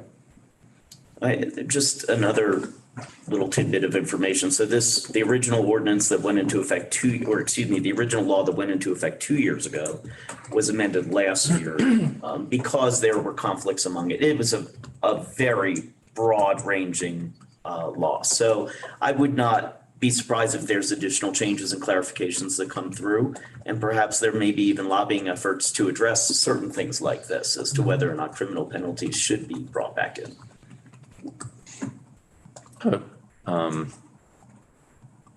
A scenario that has come up when I was a firefighter of defiant citizens burning not only without permits, but on a red flag day. And then basically when the fire department showed up, pulling the old get off my property type of thing. I view that as highly irresponsible behavior that should be punished severely. Right. Does this change what kind of teeth could be applied? Because I mean, obviously the fire districts, fire departments don't have any authority or enforcement, and I agree with that. So for the limited aspect relating to slash piles, this changes the criminal aspect, but there are other potential criminal violations that may occur in the situation that you suggested. Well, part of the problem though is that people, especially if people don't comply. People clear their land of their brush and their undergrowth and they put it in a big pile and then they have a party and drink some beer and do it even on, like Sean said, a red flag day when you wouldn't have gotten a permit, and it's still a slash pile. Right. So burning a slash pile or a bonfire, which is another name for it, is a thing that could happen and now just be a civil penalty, if anything, as opposed to a criminal penalty. So that's part of the thing. And I have mixed feelings about the whole thing because there's two ways to look at it. One is fire danger is increasing, and we do have belligerent people who will do that. And on the other hand, we also don't want to have a system that is so onerous that it prevents citizen-initiated fire mitigation that's also good for us to protect against fire danger. We don't want to have people who would do it responsibly not doing it because it's a pain in the ass and they don't want to get in trouble or it's too hard to get a permit or something like that. There's two sides to that coin, but that's the reason I asked the question right at the outset about what are we mandated to do this because, and we are, as you said. Yes. And so it would be, I don't think there's anything we can do about that, but there's a way, if there's another way to look at truly egregiously irresponsible and dangerous behavior, I don't know if that's available to us. Well, keep in mind, if there's a fire ban in effect, even a stage 1 fire ban in effect, this type of activity would be impacted by it. So we may be able to pursue remedies pursuant to violating a fire ban, as opposed to this permitting aspect of slash piles. Yeah. They don't always overlap. You can have a red flag day that isn't under a stage 1 fire ban, so. Do you know how the law treats what the penalties are for a violation of a fire ban? On a stage 1, it's still limited. It's not, you don't have very strong penalties on stage 1 fire bans. Even stage 2 fire ban, I mean, it's again pursuant to ordinance in part, but state law limits some of these abilities. There are criminal penalties that are involved, but I still think it's a misdemeanor. Okay. Is the $1,000 the maximum? On here, yes. That's the most that we can do per state law? Yes, yes. To Sean's point. That is the absolute maximum. For actions that could burn down a neighborhood. Right. Or worse. Right. Yeah. And get some people killed. And lastly, are we required by law to make them obtain burn permits from CDPHE, or is that our decision? That's our choice, but there is a state regulation. There's a state statute that governs this. But we actually make it a condition as far as our permits go, that they go through the state as well. Oh, because they have to go through CDPHE regardless of whether we have an ordinance or not. Exactly, okay. Exactly. And by analogy, I would compare it to rafting licensure type of thing. You can't be a river outfitter without certain state compliance. Okay. So. And I did that process myself. It's pretty simple and it's free. Yeah. I know CDPHE tends to look at the air quality impacts. Fire departments tend to make sure it's safe. I'm unaware of any legislation that's being considered right now during this legislative period to address this, but it may be worth the board keeping that as an idea for future potential. Okay. Thank you. Those are all my questions. I'm satisfied. Thank you for the good work. Sure. I have to admit, it was Nanette and Bob Leffler that did a significant amount on this. So I'm very happy for their work on this. I could not do it without them, frankly, in terms of just workload. So we really appreciate it. Just to confirm, there is nobody available for public comment and there's nobody in the room. What I would ask for is, and you can do this in a single motion if you want me to just kind of tell you what I'd be asking the motion to direct that the ordinance be published in the Clear Creek Current, and that the board set the second reading for May 16, 2023 at 10 a.m. As the date of the public hearing to adopt the ordinance. Do I have a motion? So moved. Second. All right. Any further discussion? Aye. Oh, Okay. All in favor? Aye. aye. Aye. Jumping the gun over here. May 16th. So, I suppose it's time to move into executive session Yes. and put a stall on this meeting for now. And we will return to this meeting, by the way, after I make the motion for executive session here and we go into executive session and come back. However, we'll conduct no further public business. The public's entitled to stay and look at the holding screen until we get back and adjourn, but that's all we're going to do when we come back and adjourn. So with that, I move that we go into executive session for the following purposes. Pursuant to CRS 24640224B for the county attorney to meet with the Board of County Commissioners for the purpose of receiving legal advice on specific legal questions pertaining to the status of Dumont Cemetery, including questions related to finances and funding mechanisms for ongoing management, maintenance, and preservation. Pursuant to CRS 24640224A and E for the county attorney to meet with the Board of County Commissioners for the purposes of receiving direction related to the purchase, acquisition, lease, transfer, or sale of any real, personal, or other property interest in communication towers located at Raven Road and Upper Elk Valley Drive, and determining positions relative to matters that may be subject to negotiation, or determining negotiating strategies, or instructing negotiators with regard to those transactions. Pursuant to CRS 24640224B for the county attorney to conference with the Board of County Commissioners for the purpose of receiving legal advice on specific legal matters concerning potential litigation relating to the death of CJ Glass on or about June 11th, 2022. And then the two that are not on the agenda but will be added supplementally and that I read into the record this morning, pursuant to CRS 24640224B for the county attorney to meet with the Board of County Commissioners for the purpose of receiving legal advice on specific legal questions concerning EPA OU5, and pursuant to 24640224B for the county attorney to meet with the Board of County Commissioners for the purpose of receiving legal advice on specific legal questions concerning U.S. District Court Case number 121 CB 02545 DDD STV Mystic versus Board of County Commissioners. Second. Okay. Before I ask all in favor, have you ever considered becoming an auctioneer? Or maybe you could do those disclaimers. In Right. The commercial. Yeah, exactly. Yeah. Says Yankee. Yeah, I was Roots. that too. All in favor? Aye. Aye. Aye. We'll now move into executive session. No written minutes will be kept and no decisions will be made.